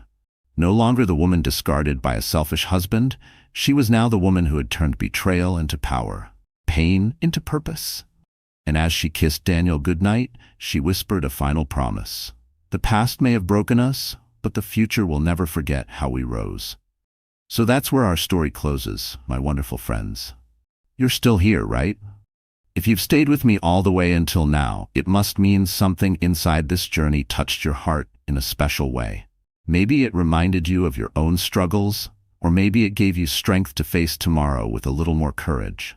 Life, as the Stoics remind us, isn't about what happens to us, but how we respond. Marcus Aurelius once wrote, "You have power over your mind, not outside events. Realize this, and you will find strength." Elena's story is proof of that. She couldn't control betrayal, lies, or cruelty. But she could control her will, her choices, and her love for her son. That's how she transformed her pain into power, and her silence into a voice that inspired thousands. Maybe tonight you needed to hear that you are stronger than you think. That no matter who tried to break you, your story isn't finished yet. So if this touched you, please like this video, share it with someone who needs hope, and subscribe to our channel. Let's keep walking this path of healing and strength together. Sometimes you have to walk straight into the fire to prove it no longer burns you. At a dazzling fundraising event in downtown Chicago, a woman stepped in with a grace that instantly drew attention, stirring quiet murmurs among the city's elite. Once the overlooked wife of a tech tycoon. Her arrival sent subtle waves through the room, especially when their eyes finally locked. What secrets had she kept hidden, and just how far had she come to reclaim her place? The scent of sparkling wine mingled with the faint aroma of freshly waxed parquet floors. The charity gala was in full swing, a stunning display of influence and affluence where fortunes were paraded under the banner of goodwill. Crystal chandeliers cast a warm, golden glow across the ballroom, illuminating guests adorned in satin and brocade. Laughter danced across the walls, blending with the soft melodies of a live quartet. Yet behind the grandeur lurked whispers, darting glances, and carefully veiled agendas. Vivienne Devereux stepped through the grand entrance with the poise of a woman who had mastered the art of appearing untouched. Her pearl-toned gown, tailored to perfection, moved like liquid silk as she walked. The fabric shimmered under the light, and small diamond studs graced her ears, matching the bracelet that sparkled around her wrist as she clutched her metallic clutch. On the surface, she was the embodiment of elegance and composure. But inside, she carried the familiar sting of betrayal, the weight of her husband's deception pressing heavily on her chest. As she descended the marble staircase into the ballroom, heads turned, not in admiration of her beauty, but out of intrigue. Everyone knew who she was. Mrs. Vivienne Devereux, once the devoted wife of Nathan Devereux, a self-made tech mogul whose empire spanned global software ventures, luxury smart homes, and innovative green tech solutions. She had been the supportive wife, always in the background, while Nathan took center stage. But tonight, the same eyes that once looked past her lingered, trying to read the fire beneath her calm exterior. She spotted him almost instantly, Nathan, laughing beside the champagne display, surrounded by a circle of venture capitalists and board members. His custom black tux fit him flawlessly, and the platinum cufflinks at his wrists glimmered beneath the chandeliers. But it wasn't Nathan's presence that caught Vivian off guard. It was the woman beside him. Bianca Lawrence, dressed in a crimson gown that hugged her curves, leaned into Nathan's shoulder. Her laughter rang a little too loudly. Her cherry-red lips curled into a coy smile as she placed a manicured hand on his arm like she'd claimed him. She radiated confidence, the kind that came from knowing she had won. Bianca wasn't just another woman. She was the one Nathan had left Vivian for. And she didn't try to hide it. Vivian's grip on her clutch tightened as she observed them, but she refused to let the envy consume her. The sting of being replaced, of watching the man she'd invested years in swap stability for a momentary thrill, burned quietly. But she wouldn't let them see it. Tonight wasn't about Nathan or Bianca. It was about her. A server approached with a tray of champagne, and Vivian took a glass, more to occupy her hands than to drink the contents. The cold champagne slid down her throat, but it did little to calm the knot of tension coiling in her stomach. Vivian scanned the room, mentally bracing herself to navigate the ocean of socialites and entrepreneurs who thrived on whispered scandals.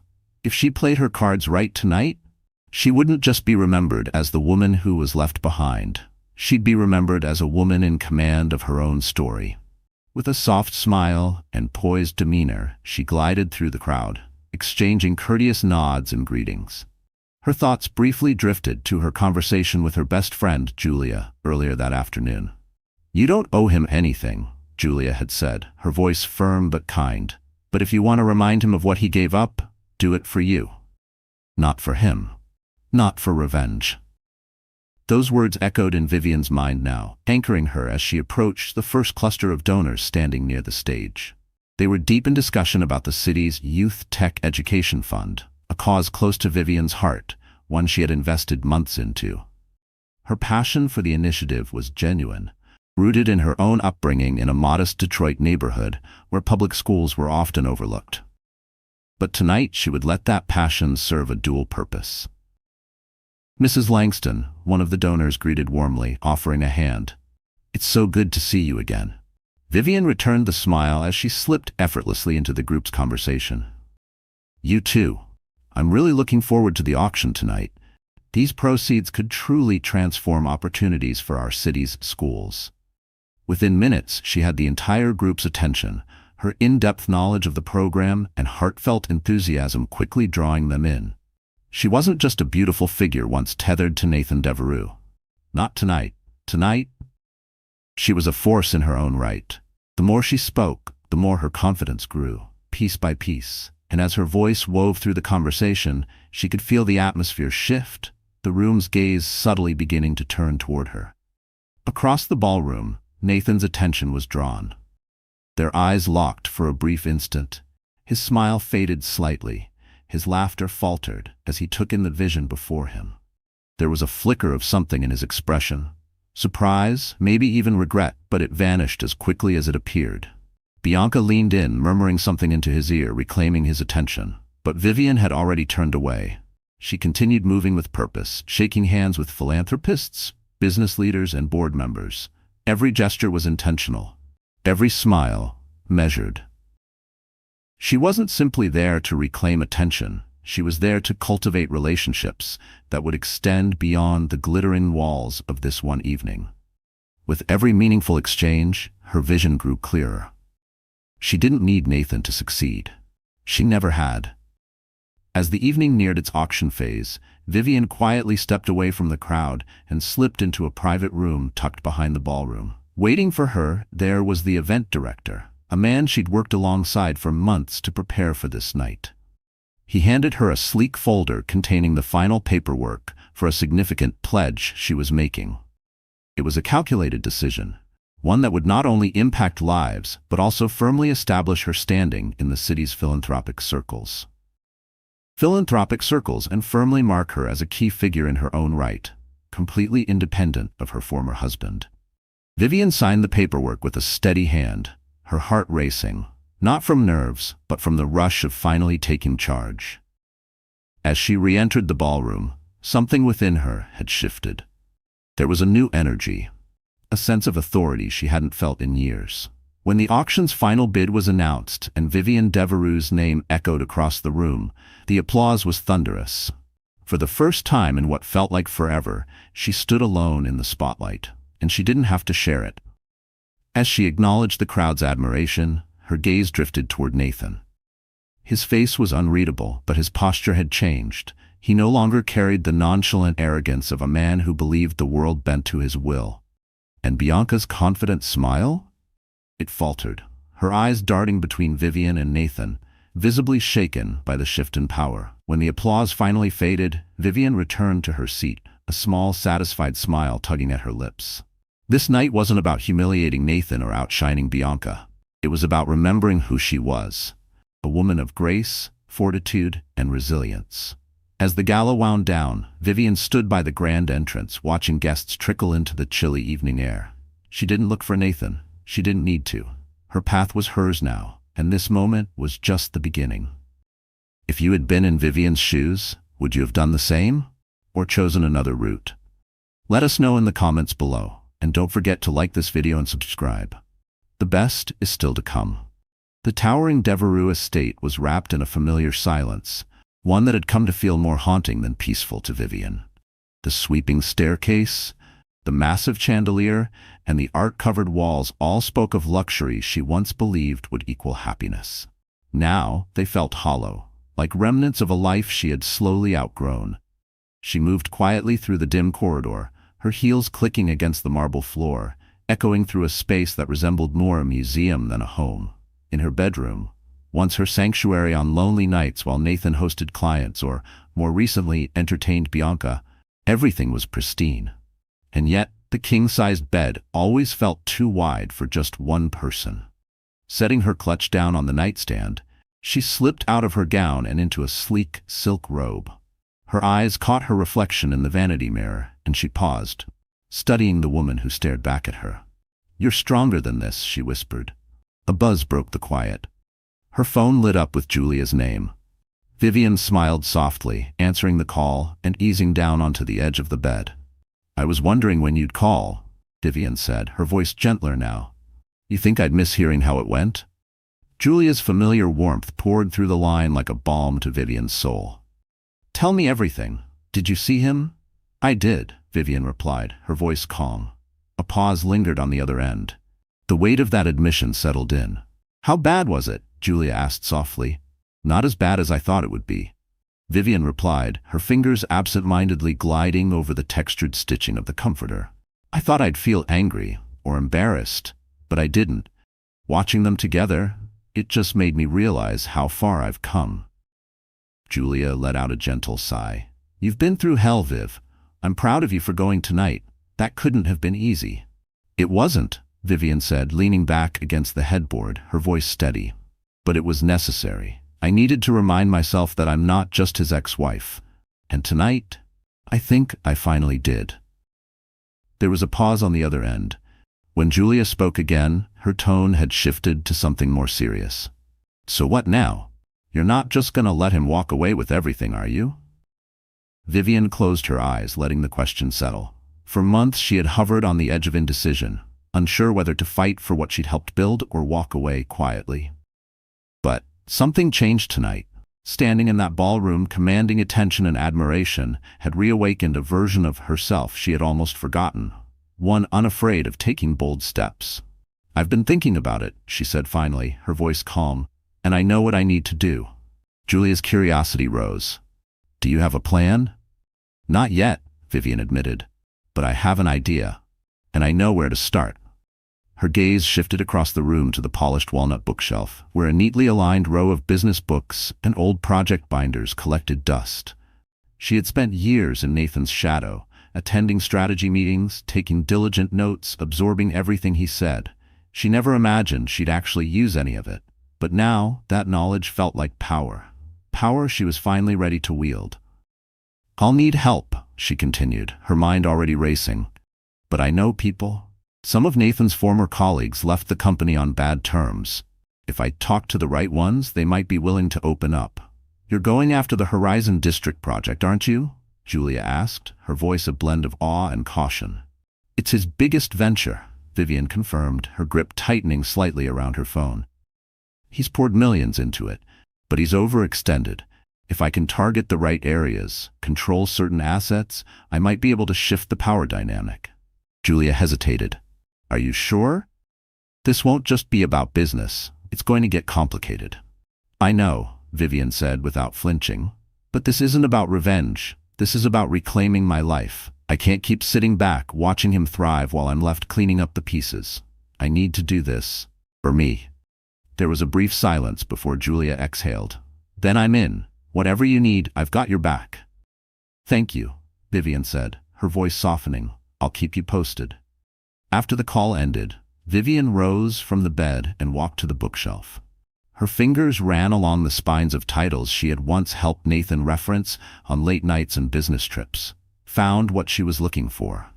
A binder filled with notes from the many meetings she had quietly attended over the years with Nathan. As Vivian flipped through the pages, memories resurfaced. Long nights spent beside him, watching him strategize, negotiate, and win. He had been brilliant once, before his ambition twisted into unchecked greed. Then one entry caught her eye. A project overview for a luxury condo development in the heart of downtown Chicago. It had been Nathan's most daring venture yet, also his most fragile. The land acquisition process had been a nightmare. Permit approvals had dragged on for months, and the construction costs? Explosive. If there was a crack in his empire, this was it. The next morning, Vivian sat at her kitchen island, sipping her coffee and scrolling through her phone. She had already compiled a list of names, developers, former employees, and a few industry insiders who might have useful insight. One name stood out: Daniel Reese, a former project manager who had worked closely with Nathan until a disagreement led to his abrupt resignation. Daniel had always been kind to Vivian, often confiding in her when the pressure from Nathan became unbearable. Without giving herself a chance to overthink, Vivian composed a message. Hi Daniel, it's Vivian Devereux. I hope you're doing well. I'd love to meet and catch up. There's something important I'd like to discuss if you have time this week. She hit send and set the phone down, her heart thudding. It was just a small step, but the first one. And for now, that was enough. Later that afternoon, while sifting through archived folders in her home office, her phone buzzed. Daniel had responded. He agreed to meet for lunch the next day. Relief washed over her, but it was soon replaced by resolve. If she was going to challenge Nathan, she'd have to be exact, strategic, unwavering. The following day, Vivian arrived at a quaint cafe tucked in a quiet side street. It had exposed wooden beams and the warm scent of fresh bread in the air. She spotted Daniel seated by the window, a laptop open in front of him. He looked up as she walked in, a smile spreading across his face. Vivian, he greeted, rising to his feet. It's been way too long. Far too long, she replied, sliding into the seat across from him. They exchanged brief pleasantries, but Vivian wasted no time. Her tone shifted. Daniel, I need your help, she said. I know you left Nathan's firm under tough circumstances, and I'm sorry about that. But I'm hoping you'll tell me what really went wrong with the Horizon District project. Daniel's expression shifted, part curiosity, part caution. Why do you want to know? Because, Vivian replied, her gaze unwavering, I'm planning to take it from him. Daniel leaned back, looking at her for a long moment. Then slowly he nodded. If anyone can do it, it's you. I'll tell you everything. And then, he began. Vulnerabilities. The ballooning costs, the chronic delays, and the increasingly restless investors. For the first time in months, Vivian felt a surge of power rise inside her. She wasn't reacting anymore, she was leading. The future suddenly felt like something she could mold with her own hands. This wasn't just about taking Nathan down, it was about building something that belonged to her, something no one could ever take away. And this was only the beginning. The private rooftop terrace of Nathan Devereux's penthouse stretched high above the glittering city. The Chicago skyline sprawled endlessly beneath him, a sea of lights flickering like stars. The air was brisk but not biting, carrying the faint scent of the river and the steady hum of traffic far below. Nathan lounged back in one of the plush chairs, a glass of bourbon resting lazily in his hand. His tailored shirt was unbuttoned at the collar, his face showing the residue of a day filled with back-to-back meetings, investment calls, and obligatory networking. But here, beneath the soft amber glow of the terrace lighting, he wasn't the visionary CEO. He was simply a man wrapped in luxury, indulging in the comfort he had always believed was rightfully his. Across from him, Bianca Lorentz adjusted the tie on her ruby-red silk robe, the fabric catching the light as she shifted. One leg crossed gracefully over the other, her long dark hair spilled down her back, and her crimson lips curled into a knowing smile. She spun the stem of her wineglass between her fingers, her gaze fixed on Nathan, half curious, half amused. "You seem tense tonight," Bianca said, her voice smooth and deliberate, as polished as the wine she sipped. Nathan let out a quiet chuckle, swirling the amber liquid in his glass. "Just the usual. Investors needing reassurance, contractors whining about deadlines, board members breathing down my neck, nothing I can't handle." Bianca smirked, tilting her head. "You always say that? But even you have limits, don't you?" He arched a brow, ego flaring just slightly. "I don't have limits, Bianca. I have setbacks. And setbacks, they can be managed." She leaned in, resting her chin on her palm. "You mean like the setbacks on the Horizon District project?" Nathan's jaw tightened subtly, but he masked it with another sip of bourbon. "Just temporary snags. The land acquisition took longer than expected, but I've got a meeting with the zoning commission next week. Once that's cleared, we're back on track." Bianca tapped her manicured nails against her glass, her expression unreadable. "Sounds like you're confident, but confidence only gets you so far. What if this project doesn't bounce back?" "It will," Nathan said, voice steely. "I've poured too much into it for it to fail."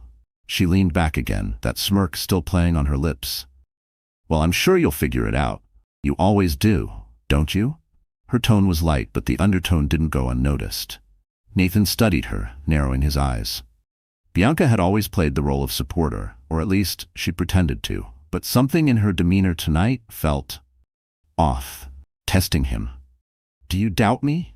Nathan asked, setting his glass firmly on the glass-top table between them. Bianca shrugged, the silk of her robe slipping slightly off one shoulder, revealing just a glimpse more than intended. "I don't doubt you, Nathan. I just wonder how long you can keep juggling everything. The Horizon District project, the hotel revamp on Michigan Avenue, the commercial tech complex near Fulton Market, and now the fallout from the gala." Nathan's jaw tightened at the mention of the gala. He had done his best to downplay what had happened that night. But Vivian's unexpected reappearance, and the way she had commanded the entire evening, had shaken him more than he was willing to admit. Watching her take the stage, poised and gracious, accepting the applause like it had always been hers, it stung. That wasn't how things were supposed to play out. Vivian was supposed to disappear into the background, not rise into the spotlight. "The gala is over," Nathan said, his tone clipped and dismissive. "It doesn't matter." Bianca raised an eyebrow, unconvinced. "Doesn't it? She made quite the impression. People are still buzzing about her donation." "Let them talk," Nathan replied, leaning back into his seat. "It won't change anything." Bianca studied him for a moment, her eyes narrowing slightly. "You're underestimating her," she said. "I've seen women like Vivian before. They lay low until you forget they're there. And then," she snapped her fingers, "they strike. If I were you, I'd keep an eye on her." Nathan's expression darkened. "Vivian doesn't have the means to threaten me." Bianca let out a soft, silken laugh. "Maybe not financially, but you'd be surprised what people are capable of when they're underestimated." The comment irked him, but he kept it hidden. Instead, Nathan stood and walked to the edge of the terrace, his gaze sweeping over the glittering city below, a city he had helped shape with his developments, his vision. From this height, everything felt controlled, untouchable, as though the chaos of both his business and his personal life couldn't reach him up here. But Bianca's words clung to him like an itch beneath his skin. Vivian had always been the quiet force behind his success, offering advice when needed, supporting him without asking for credit. But something had changed. The woman who had stood under that chandelier, serene and self-assured, wasn't the same one who used to wait up for him at home, hoping he'd return from another late night at the office. She was different now, stronger, more assured, and that made her dangerous. Bianca stepped beside him, slipping her arm around his. Relax, Nathan. I'm not saying she'll destroy you. I'm just saying, be careful. He let out a breath and turned toward her, forcing a smile. I appreciate the concern, but I've got everything under control. Of course you do, Bianca purred, leaning in to kiss his cheek. Just don't let your guard down. As the evening wore on, they returned to their lounge chairs, sipping their drinks, chatting about their upcoming trip to Monaco. But Nathan's thoughts were far from yachts and champagne. They were with Vivian, and the creeping realization that he might have made a grave mistake by underestimating her. The next morning, Nathan arrived at his downtown office, where floor-to-ceiling windows offered an uninterrupted view of the busy Chicago streets below. His assistant handed him a stack of reports. At the top was a progress update on the Horizon District project. As he skimmed through the documents, his brow furrowed. The construction delays were worse than anticipated, and the cost overruns were starting to spiral. He made a mental note to connect with the project manager before the day ended. Before he could dig deeper into the reports, his phone buzzed. An email from one of his top investors had landed in his inbox, bluntly raising concerns about the project's profitability. Nathan leaned back in his chair, running a hand through his hair. He despised appearing vulnerable, especially to those who had trusted him with their capital. But this time, the cracks weren't just forming, they were spreading. And fast. By lunchtime, Nathan sat in a sleek, glass-walled conference room with his core executive team. Ideas were thrown around, some desperate, some pragmatic. We could consider selling off a portion of the land to free up capital, one executive offered. Nathan shook his head immediately. No, selling assets is the last resort. We're not there. Not yet. Then we need to bring in new investors, another suggested. Nathan nodded reluctantly. The idea of sharing more control of the project didn't sit well with him. His entire career had been built on the principle of absolute control. But now, with pressure mounting and Bianca's warnings still echoing in his mind, he couldn't ignore the growing sense that he was starting to lose his grip. Later that evening, back at the penthouse, Bianca greeted him with a kiss. But Nathan's demeanor was far from affectionate. He poured himself a drink and dropped onto the couch, staring out at the skyline that had once felt like his kingdom. For the first time in years, he felt something unfamiliar tightening in his chest. Doubt. And not just about the Horizon District, about Vivian. The morning light filtered gently through the tall bay windows of Vivian's home office, casting a golden hue over the dark wood of her mahogany desk. Once just a decorative space, it had now become the operational center of her entire plan. Stacks of documents, blueprints, and legal contracts were arranged with calculated purpose. Vivian moved among them with a quiet confidence, her hands gliding over paper as though this had always been her domain. The faint scent of fresh coffee and printer ink lingered in the air. The room was silent, except for the steady scratch of her pen moving across the page. She paused, tapping the pen lightly against her lips, eyes scanning the latest financial report on the Horizon District development. Nathan had poured everything into the project, and it showed. Escalating costs, missed deadlines, tense investor relations, the numbers were clear. This was the weakness she had been waiting for. A knock interrupted her concentration. "Come in," she called, straightening her posture. The door creaked open, and Daniel Reese stepped inside, a laptop bag slung casually over one shoulder. He was in his early 40s, with salt and pepper hair and a worn leather jacket that hinted at a man who had weathered more than a few storms in the business world. His eyes, sharp and perceptive, swept across the room before settling on Vivian, who rose from her seat to greet him. "Thanks for coming, Daniel," she said, extending a hand. He shook it firmly. He sounded serious on the phone. Figured it was worth the trip. "It is," Vivian replied, motioning toward a chair. "I need your help navigating the mess Nathan's created with the Horizon District project." Daniel chuckled as he took a seat. "Mess is an understatement. I warned him about overextending, but Nathan never listens once he thinks he's right." He leaned in, resting his elbows on the desk. "So, what exactly are you planning to do?" Vivian's lips curled into a calm, confident smile. "I'm going to acquire the key assets tied to the project. The land parcels, supplier contracts, and development rights. Once I control those, Nathan won't be able to move forward without me." Daniel let out a low whistle, clearly impressed. "You've done your homework." "I've had plenty of time," Vivian replied coolly. While Nathan was busy building his empire, I was paying attention. She handed him a folder, crisp, well-organized, packed with data, financial breakdowns, and strategy notes. "These are the critical pressure points.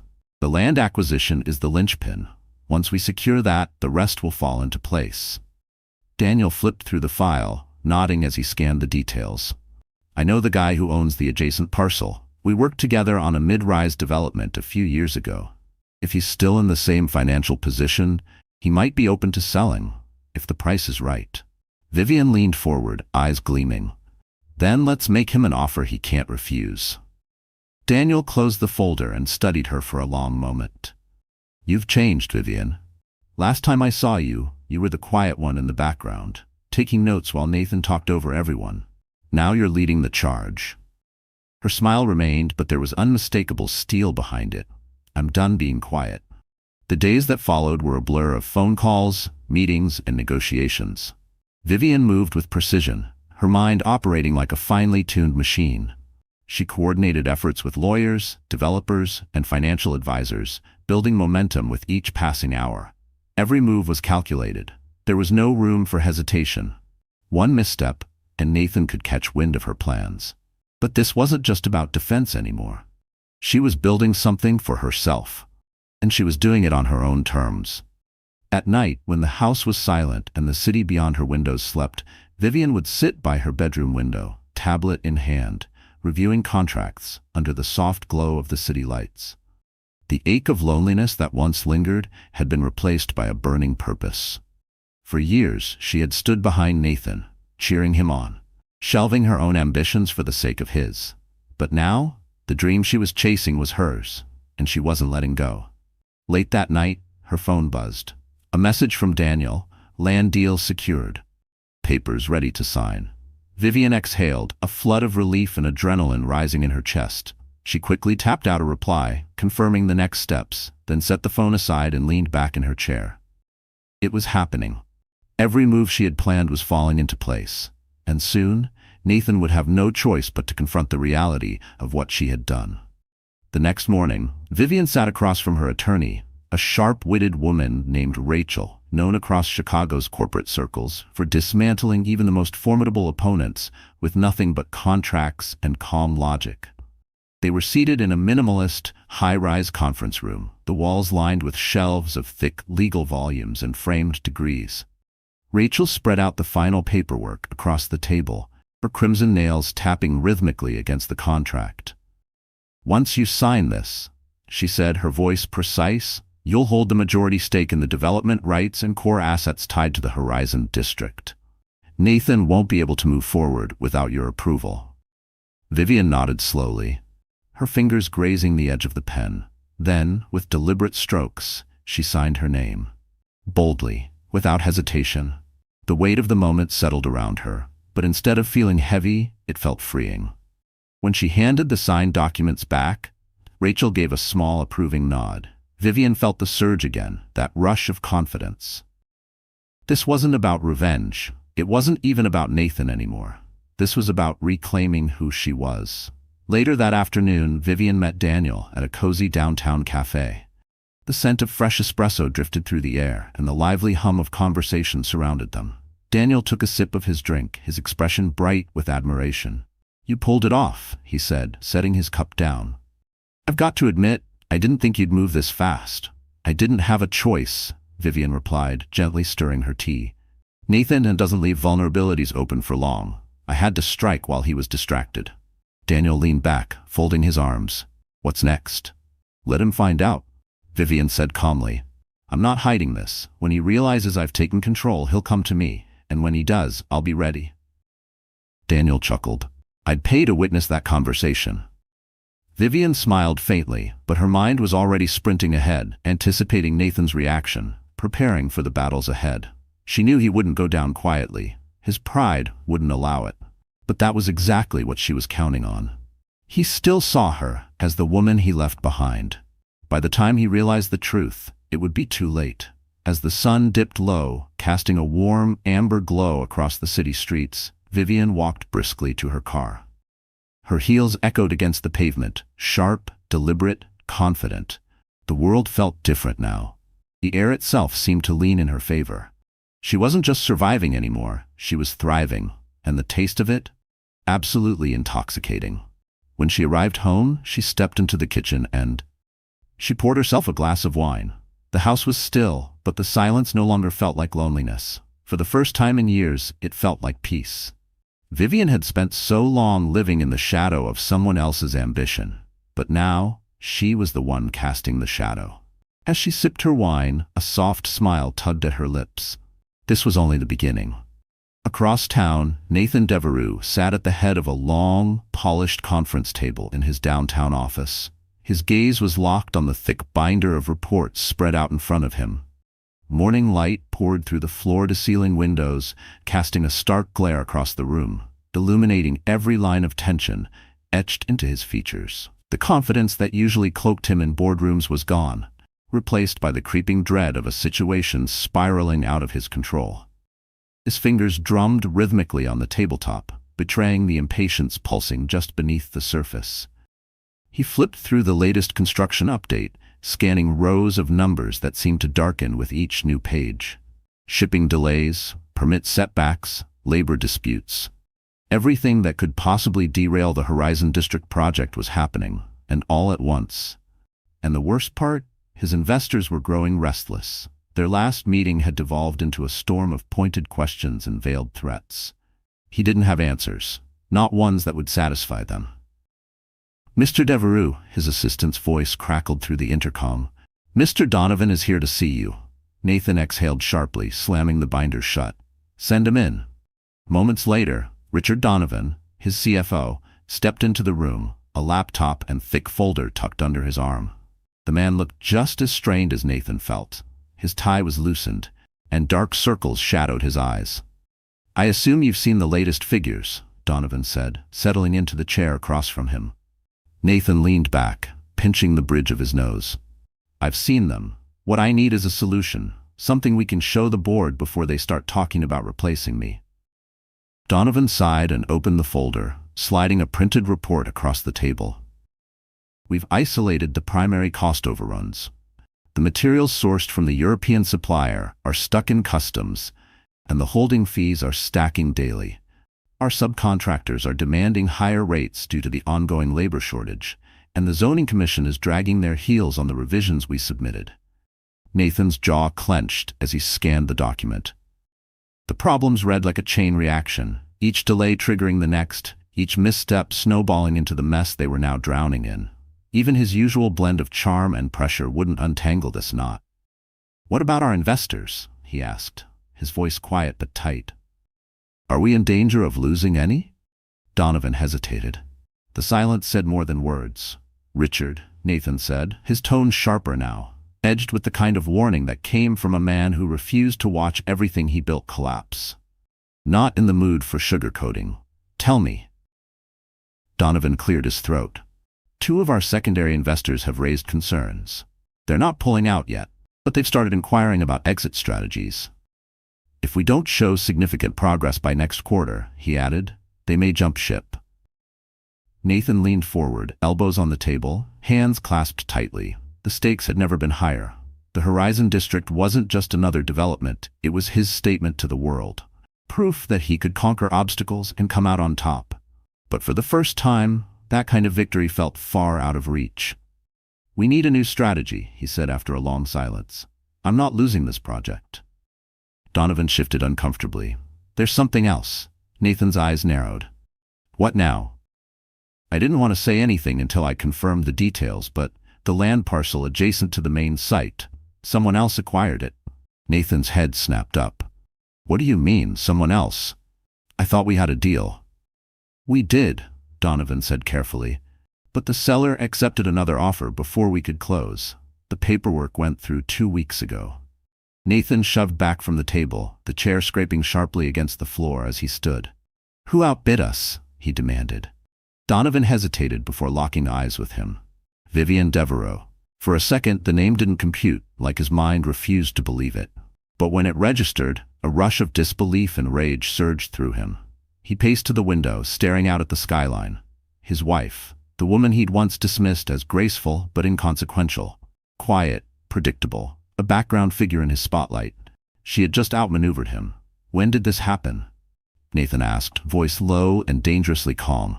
2 weeks ago, Donovan repeated. She's been moving quietly, acquiring assets linked to the project. The land isn't the only thing. She's secured one of our key supplier contracts and a stake in the development rights. Nathan's hands gripped the edge of the window frame until his knuckles whitened. He had underestimated her, clearly. But how had she orchestrated all this under his radar? I want everything, Nathan said, turning sharply. Who she's working with, how she's financing this, and what her endgame is. Donovan nodded, gathering his files. I'll have a full report on your desk by tomorrow. As the door shut behind him, Nathan collapsed back into his chair, fingers raking through his hair. His thoughts spiraled, searching for sense in what felt like betrayal cloaked in brilliance. Vivian had never outwardly expressed interest in business, at least not that he'd noticed. But now, she wasn't just stepping into his world, she was reshaping it. And she wasn't playing by his rules. For years, he'd seen her as a companion to his legacy, the poised partner who smiled at galas, stayed behind the scenes, and supported him in silence. But that image had crumbled. Now she was something else entirely. She clearly had her own ambitions. His phone buzzed on the table, breaking through his thoughts. A message from Bianca. Dinner tonight? Let's unwind. He didn't reply. His mind was still firmly locked on Vivian. This wasn't just a business complication. It was personal. She had made sure of that, and now he had to find a way to counter her, without letting emotion cloud his judgment. That evening, Nathan sat alone in his penthouse. The glow of the city lights poured through the windows, casting a warm haze across the room. The glass of bourbon rested untouched in his hand. Television played silently in the background, completely forgotten. His mind held on to one question. What was Vivian's next move? He pulled up her contact on his phone, thumb hovering above the call button. A part of him wanted to confront her, demand answers, but another part knew better. Calling her now, in the heat of his frustration, would be a mistake. Vivian had always been composed under pressure. If he revealed even a crack, she'd use it. So instead he lowered the phone and leaned back into the couch, eyes tracing the ceiling. He had to think like her now, anticipate her next play, beat her to it. If he didn't act soon, she would tighten her grip on the Horizon District. And she wouldn't let go. One thing had become crystal clear. Vivian wasn't the woman he had once married. She had changed, and if he didn't adapt, she'd win. But Nathan Devereux wasn't known for losing. The heavy oak doors of the Devereux estate groaned open. Vivian stood poised in the grand foyer, her silhouette bathed in the soft gold of the setting sun. She had been expecting this moment, ever since the sharp knock shattered her quiet afternoon. And just as she'd predicted, Nathan had arrived, frustrated, impulsive, and ready for a confrontation. She wore a navy blue sheath dress that skimmed her figure with elegance and quiet authority. Every detail of her appearance had been chosen with care. She wanted to project one thing: control. Nathan strode in without waiting for permission. The door slammed shut behind him with finality. He was still in his work attire, a charcoal suit with the top button of his shirt undone and his tie slightly loosened. But the usual calm control he carried into every meeting room was absent. What radiated off him now was tension. His jaw clenched, his eyes flared with anger as they locked onto her own, cool and composed. "We need to talk," he said, voice low and clipped. Vivian tilted her head slightly, like someone mildly amused. "I figured you'd show up eventually." He let out a bitter chuckle, dragging a hand through his hair. "You think this is funny, Vivian? I just found out you've been buying up assets connected to the Horizon District, behind my back. What the hell are you doing?" She didn't flinch. She didn't raise her voice. Instead, she turned and walked slowly toward the living room, her posture relaxed, graceful, completely in control. Her heels clicked softly against the marble floor as she walked. Nathan followed, his own footsteps heavier, each one echoing the weight of rising fury. Vivian motioned for him to sit, but he remained standing, looming above her like a storm about to break loose. She settled into a plush leather armchair, crossing one leg over the other, her hands resting delicately on her lap. "I'm doing what any smart businesswoman would do, Nathan," she said evenly. "I saw an opportunity, and I seized it." Nathan scoffed, pacing back and forth like a caged animal. "This isn't just business, and you know it. You're doing this to get back at me." Vivian raised an eyebrow, utterly composed. "Are you really so self-absorbed that you think everything I do is about you?" "Don't play games with me," he snapped, stopping directly in front of her. "You've been quietly dismantling my project piece by piece, and now you control the entire board. You could have taken the divorce settlement and disappeared. Instead, you've come after my company." She leaned forward, her voice soft, but edged with iron. "I didn't come after your company, Nathan. I went after what I deserve." He stared at her, disbelief flickering in his eyes as he tried to reconcile the woman in front of him with the one he thought he knew. For years, Vivian had been the quiet presence in his life, the elegant partner at dinners, the silent supporter who never asked for credit. But the woman before him now? She was a strategist, a tactician, and she'd been playing this game longer than he realized. "Why now?" he asked, his voice no longer accusatory, but curious. "Why go through all this?" Vivian exhaled, leaning back into the chair. "Because I spent years watching you build your empire while you treated me like a prop. I put everything on hold because I believed we were partners. But I was wrong. The moment someone younger, flashier came along, you discarded me." Her words landed like a blow. Nathan flinched, caught off guard by the cool finality in her voice. He had expected rage, maybe even desperation, but not this. Cold, calculated justice.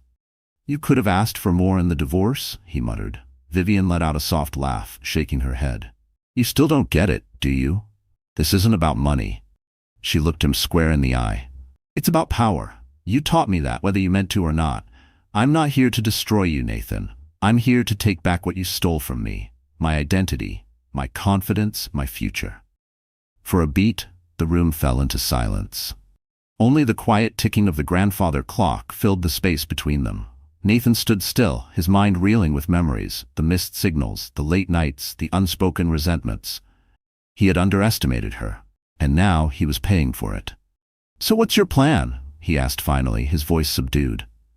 "Are you going to hold the project hostage until I fold?" Vivian gave a faint smile. There was no bitterness in it, only certainty.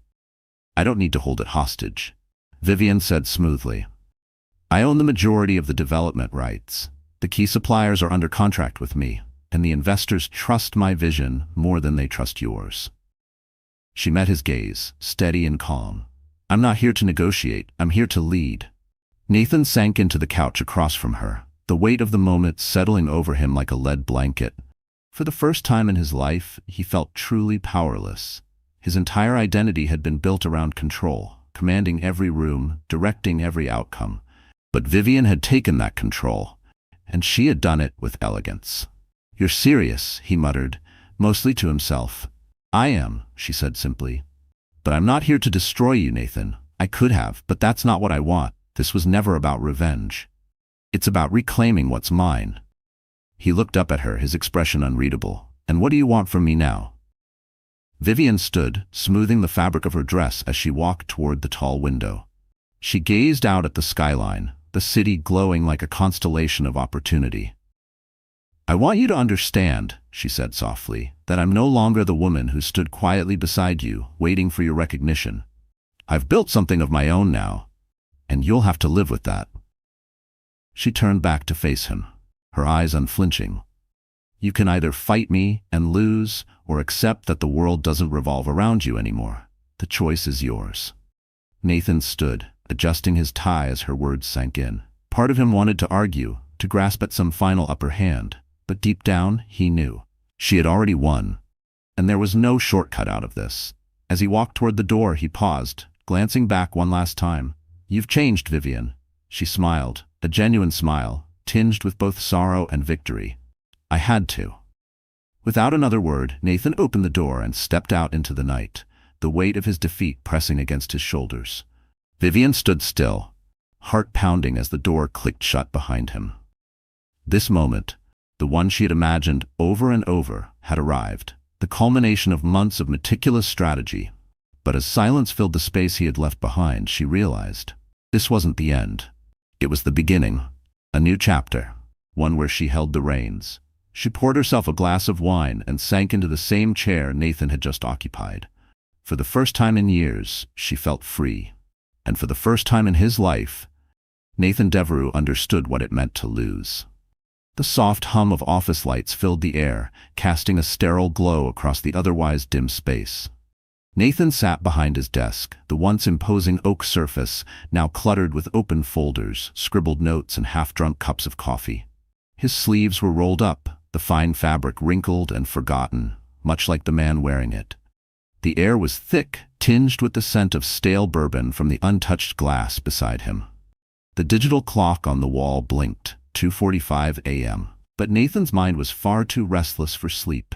He sat in the dim glow of his office, scrolling through report after report on his laptop. The numbers blurred together: losses, budget overruns, investor concerns. The Horizon District project was a ticking time bomb, and he could hear every second of it counting down in his head. And Vivian's name? It was everywhere. In the contracts, in the supplier deals, in the development rights she now owned. She had surrounded him, boxed him in, and left him with almost no room to breathe, let alone maneuver. It was a trap, and he'd walked right into it. Nathan leaned back in his chair, exhaling sharply as he rubbed his face with both hands. The ache in his chest wasn't just about the financial crisis. It was the stunning realization that the woman he had once written off as harmless had brought him to his knees, with precision and grace. His phone buzzed, cutting through the quiet. He glanced at the screen. Bianca. He hesitated before answering, his voice hoarse from hours of silence. Bianca? Nathan, where are you? Her voice was soft, but the irritation underneath was impossible to miss. I thought we had dinner plans. He pinched the bridge of his nose. I'm at the office. I forgot. There was a pause. You've been forgetting a lot lately, he sighed, running a hand through his disheveled hair. Bianca, I don't have time for this right now. She didn't respond immediately. When she did, her tone had chilled. You don't have time for anything that isn't business. Maybe that's why everything's falling apart. Her words struck deeper than he expected, or maybe they landed exactly where she intended. His jaw tensed. I'm not losing control, he snapped. Really? Bianca's laugh was short, bitter. Because from where I'm standing, it looks like you're drowning. Your investors are pulling back, your project's imploding, and your ex-wife, she's outmaneuvering you at every turn. Enough, he shouted, slamming his hand against the desk. The sound reverberated through the office, but the storm inside him raged on. There was silence on the other end. Then her voice returned, quieter, more tired. I'm trying to help you, Nathan, but you won't let anyone in. I don't need help, he replied, but the words rang hollow, even to him. Suit yourself, Bianca said. Her voice was flat now. Just don't expect me to stand by and watch you destroy yourself. The call ended abruptly. The silence that followed was deafening. Nathan stared at the phone in his hand, her final words echoing louder than anything else. She was right. He was drowning, but admitting it felt too much like surrender. And surrender had never been in his nature. The following morning, Nathan arrived at the construction site of the Horizon District project, searching for something, anything, that resembled control. The crisp air carried the scent of fresh concrete and sawdust. Around him, workers in hard hats moved in organized chaos.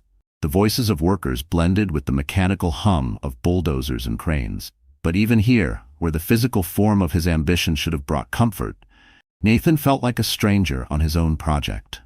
He met with the site manager, Greg, a broad-shouldered man with years of construction grit under his nails. Greg had overseen several of Nathan's past developments, but this time his face was tight with concern.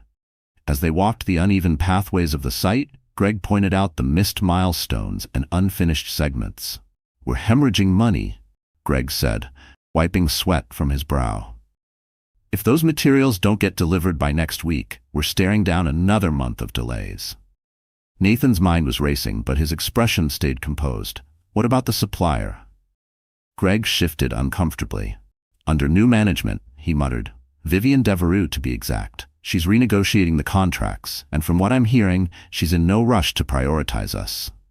Nathan's stomach turned. He knew exactly what Vivian was doing. Delaying shipments was a power play, a precise move to squeeze him into submission, back him into a corner until the only options were concession or collapse. And the worst part? There wasn't a single legal crack in her armor. She had done everything by the book. Back in his car, Nathan sat motionless, hands clenched tightly around the steering wheel, his knuckles drained of color. The pressure in his chest expanded, failure pressing down on him like a crushing weight. He had always seen himself as the fixer, the one with answers. But this problem wasn't just a financial crisis. It was personal. Vivian had made sure of that. By evening, Nathan returned to his penthouse. The city lights glittered across the skyline, but what once felt like a symbol of his empire now mocked him. Each shimmering tower, each glowing window, reminders of what he was on the brink of losing. He poured himself another bourbon. The amber swirl mirrored the storm in his mind. Then the doorbell rang. A sharp chime cut through the silence. He set his glass down and crossed the floor. When he opened the door, he was surprised to find Bianca standing there. Her face unreadable. She wore a fitted black coat, and her hair fell over her shoulders like a curtain of ink. "I thought you were done with me," Nathan said, leaning against the doorframe. "I should be," she replied, stepping inside without waiting for an invitation. "But I'm not." He closed the door and followed her to the living room. She slid off her coat and draped it over the back of a chair with casual precision. "You look like hell," she said, eyeing him with a mix of concern and controlled irritation. "Thanks for the honesty," he muttered, sinking onto the couch. Bianca sat across from him, legs crossed elegantly. "You need to face reality, Nathan. You can't keep pretending this will fix itself." He ran a hand through his hair and let out a long, exhausted sigh.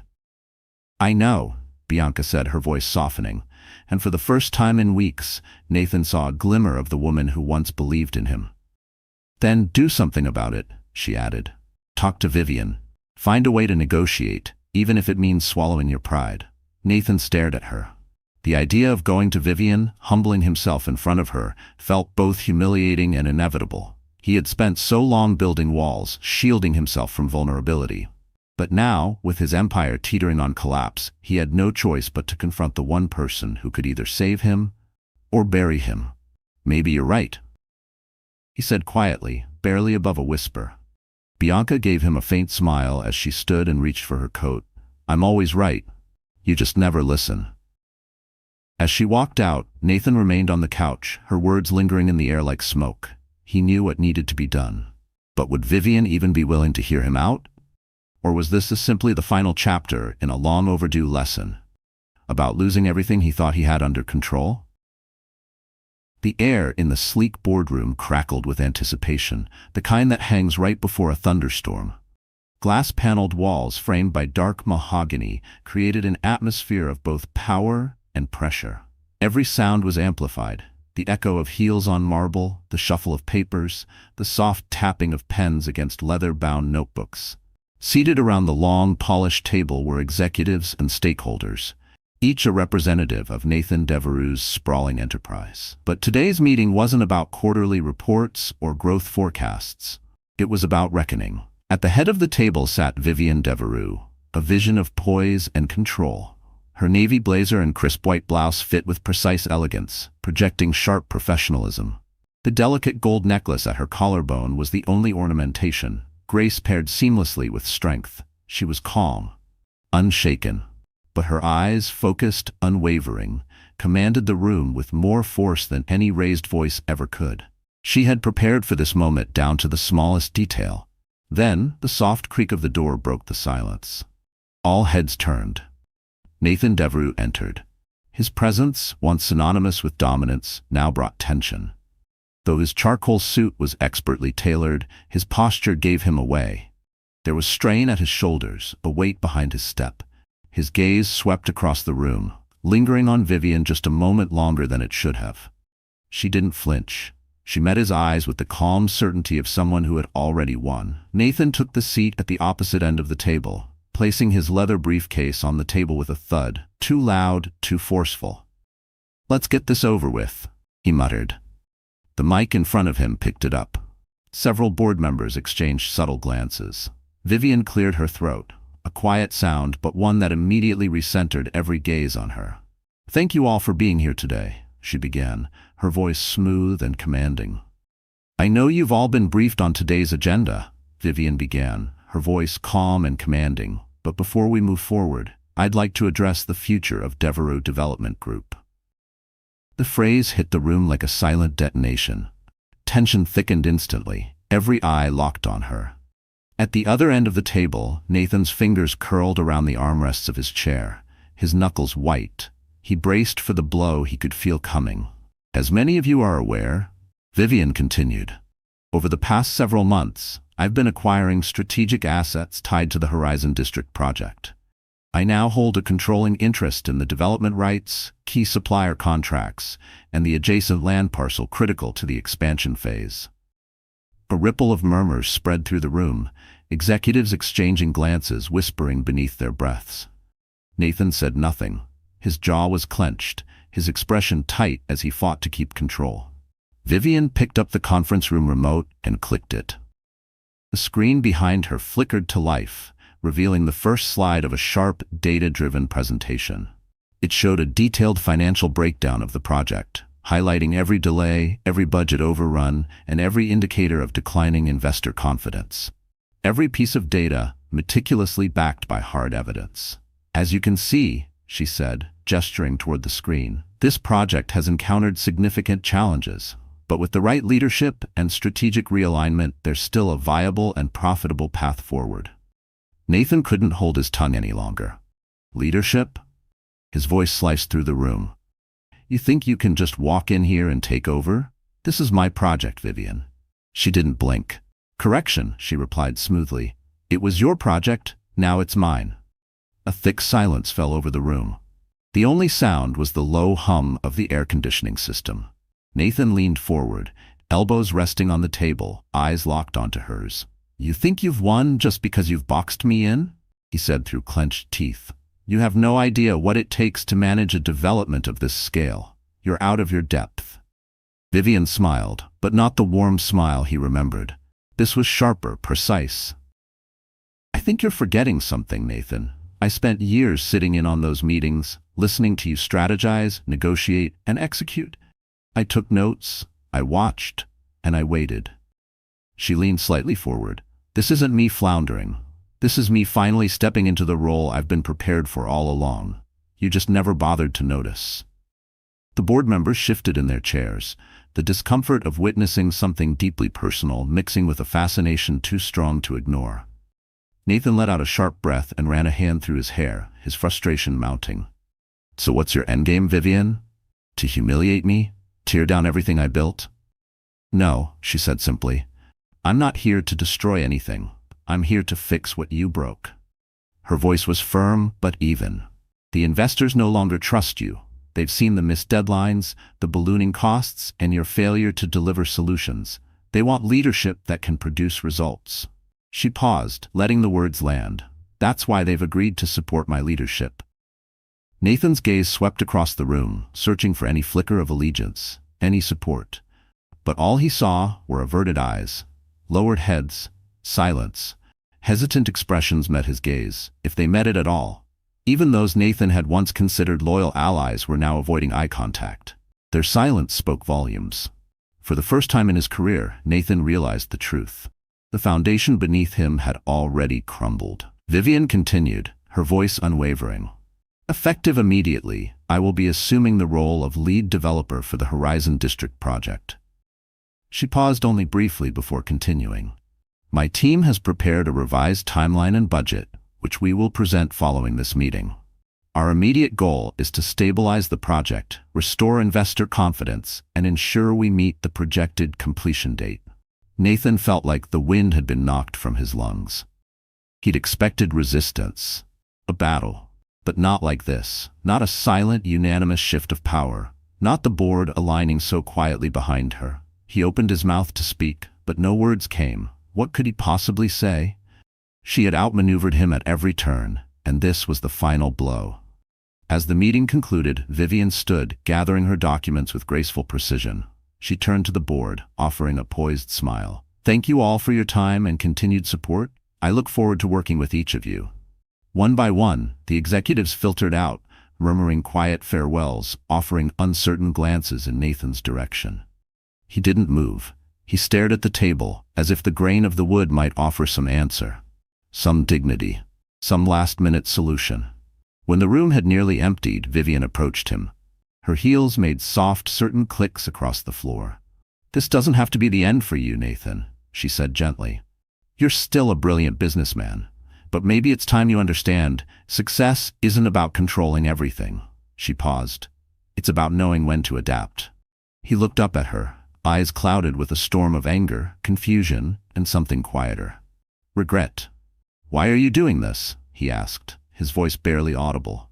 She seemed to consider her words carefully.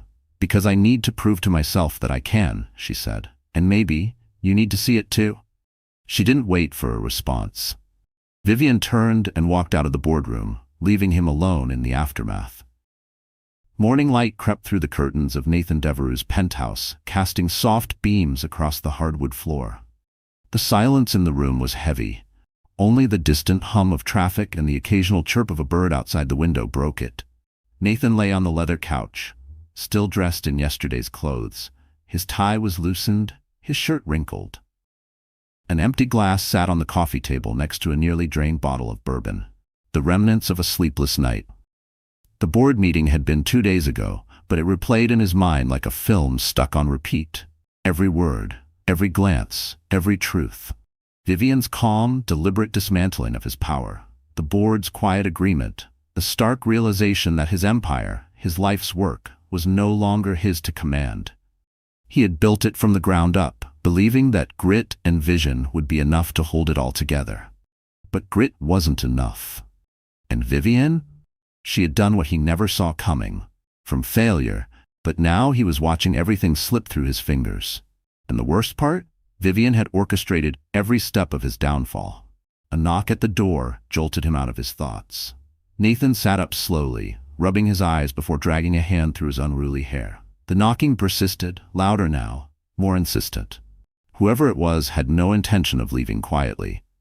With a low groan, he pushed himself off the couch and shuffled to the door. He didn't bother to check who it was. He was too tired to care.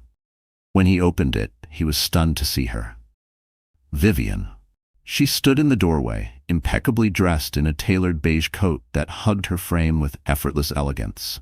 Her hair was neatly pinned back, and the soft scent of jasmine floated in with her as she stepped past him, uninvited but confident. Her heels clicked softly against the marble floor as she scanned the room. "You've certainly seen better days," she said, glancing at the disheveled living room and the half-empty bourbon bottle on the table. Nathan closed the door behind her and leaned against it, watching her with a complex mix of exhaustion and intrigue. "What are you doing here?" he asked. "Haven't you done enough?" Vivian turned to face him, her expression unreadable. "I'm not here to gloat," she said. "Then why are you here?" His voice was bitter, but there was a rawness beneath it, a flicker of something unguarded. Vivian sighed, crossing her arms. "Because I wanted to give you a chance." He blinked. "I know what it feels like, when everything around you starts to fall apart," she continued. "I've been there, Nathan. Remember? But I also know you're not the kind of man who gives up easily." He scoffed and moved back to the couch, sinking into it with a weight that seemed to pull the air out of the room. "You've done a great job proving otherwise." Vivian walked over and sat in the armchair across from him. Her posture was upright, but there was no stiffness, only clarity. "I didn't do this to destroy you," she said. "I did it to reclaim my life. There's a difference." Nathan leaned forward, elbows on his knees, rubbing his hands together. "And now that you've taken everything, what am I supposed to do? Start over from scratch?" "No," she replied gently. "I expect you to adapt." He looked up at her. The word hung in the air. Adapt. It wasn't something he was used to. His success had come from sheer will, from never bending, never shifting. But now that strategy had failed him, and the idea of change, real change, felt terrifying and necessary. "Vivian," he said quietly, after a long silence, "how did you do it? How did you go from the woman who sat in the background to this?" She smiled faintly, her gaze softening. "It wasn't easy," she said. "There were nights I doubted everything, days I wanted to quit, But every time I thought I couldn't do it, I reminded myself. Her voice faltered for just a moment, then steadied again. I reminded myself of all the years I spent supporting your dreams while forgetting my own. Realize that if I could help you build an empire, then I could build something for myself. Nathan swallowed hard, the guilt settling in his chest like a stone dropped into deep water. I never meant to make you feel that way. I know, Vivian said gently. But intention doesn't erase impact. They sat in silence, and for the first time the tension that had clung to the space between them seemed to loosen, lifted by words that had waited too long to be spoken. Outside, the city buzzed with life, but inside the penthouse time seemed to pause. What happens now? Nathan asked, his voice low. Vivian studied him for a long moment before responding. That depends on you. He looked up, surprised as she continued. I have no intention of shutting you out of the project completely. If you're willing to work with me, we can turn this around, together. You're serious? He asked, blinking. Completely, she replied. But there are conditions. Of course there are, he muttered, leaning back. What are they? For starters, she said, you'll have to let go of the need to control everything. This isn't just your project anymore. It's ours. If you can accept that, we can make it work. Nathan let the words settle. Sharing control wasn't a familiar concept to him. But strangely, it didn't sound as threatening as it once had. And the second condition? He asked. Vivian smiled. But this time, it wasn't the smile of a businesswoman executing a strategy. It was the smile of the woman he had once loved, the woman he had taken for granted.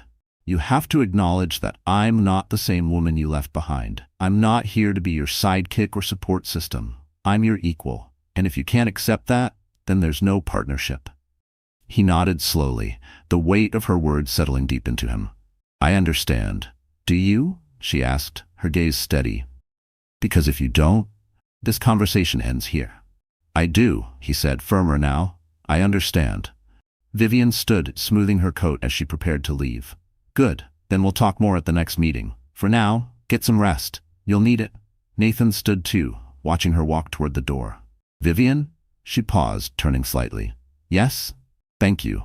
The words carried a depth he hadn't tapped into in years. She nodded, offering him one final smile before stepping into the hallway. The door closed behind her with a quiet click. And for the first time in weeks, Nathan didn't feel trapped. He felt something he hadn't felt in a long time. Hope. The morning breeze carried the scent of fresh blooms, mingling with the distant hum of the waking city. Vivian Devereux stood atop the rooftop of her newly acquired office building, her eyes on the horizon, where the sunlight kissed the skyline of downtown Chicago. The view was breathtaking.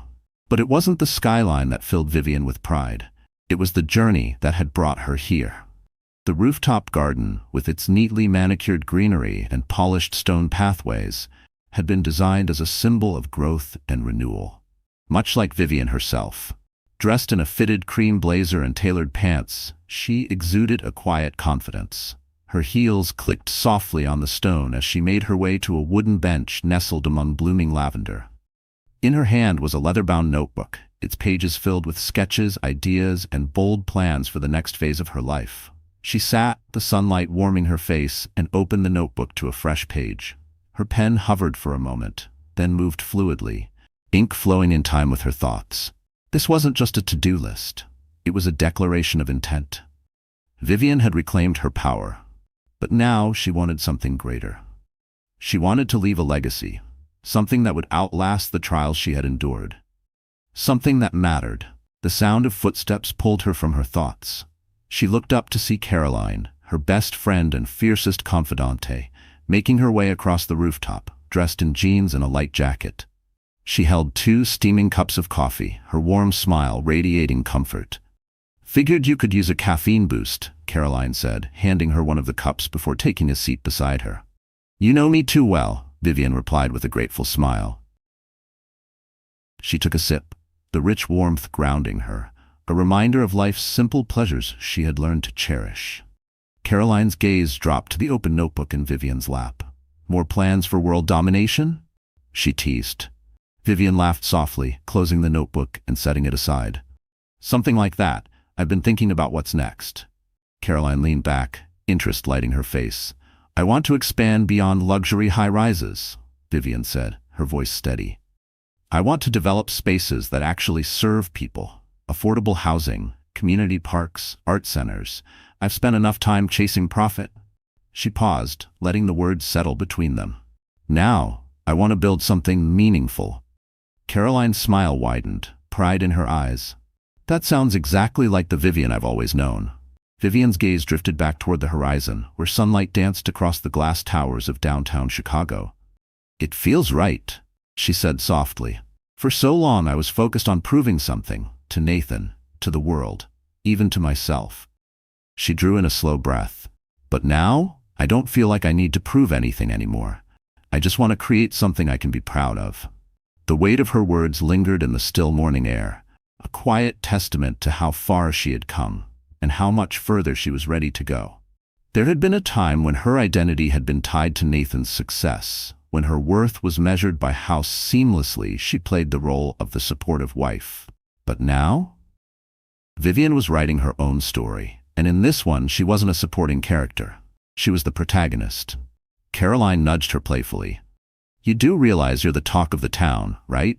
The woman who outsmarted Nathan Devereux and took control of his biggest project? It's practically legendary. Vivian chuckled, shaking her head. I didn't do it for the headlines, but you made them, Caroline insisted. Investors are talking. Clients are lining up to work with you. Even the board members who once doubted you, they're singing your praises. Vivian sipped her coffee, letting the warmth sink into her chest. She appreciated Caroline's words, but what mattered most wasn't recognition or applause. It was peace, inner peace. The path had been brutal. There were moments when she'd questioned everything, when the pressure of her choices nearly crushed her. But each setback had strengthened her. And now she stood on the other side of it, at the peak of her own success. The phone buzzed in her bag. She glanced at the screen. A message. From Nathan. Can we meet? Just to talk. Her fingers hovered above the screen. The memory of their last conversation played in her mind, when he had acknowledged his downfall, but also shown signs of change, a willingness to learn. She had caught glimpses of the man she once loved, the man driven by vision, not pride. Could he really change? Could he rebuild? Caroline noticed her hesitation. Nathan? Vivian nodded slowly, locking her phone without replying. He wants to meet. And do you want to see him? Caroline asked gently. Vivian stared out at the skyline, her thoughts swirling. I don't know. Part of me wants closure. Another part wonders if opening that door is worth it. Caroline placed a warm hand on her shoulder. You don't owe him anything. If you meet him, do it for you, not for him. Vivian nodded. She appreciated that reminder. For too long, she had made decisions based on what was expected. Not anymore. She slipped the phone back into her bag. She'd give herself time. A child's laughter floated up from the street below. Vivian leaned over the railing, spotting a young girl chasing a red balloon, her mother watching from nearby. That joy, so pure, brought a soft smile to her lips. Even in a world full of chaos, there was beauty. Vivian turned back to Caroline, her decision made. I think I'm ready to close that chapter. Whether I see Nathan or not, it won't change what I've built or where I'm going, but maybe it'll help me let go. Caroline nodded with approval. Then do it. On your terms. As the morning sun climbed higher, casting golden light across the skyline, Vivian felt something she hadn't in a long time. Renewal.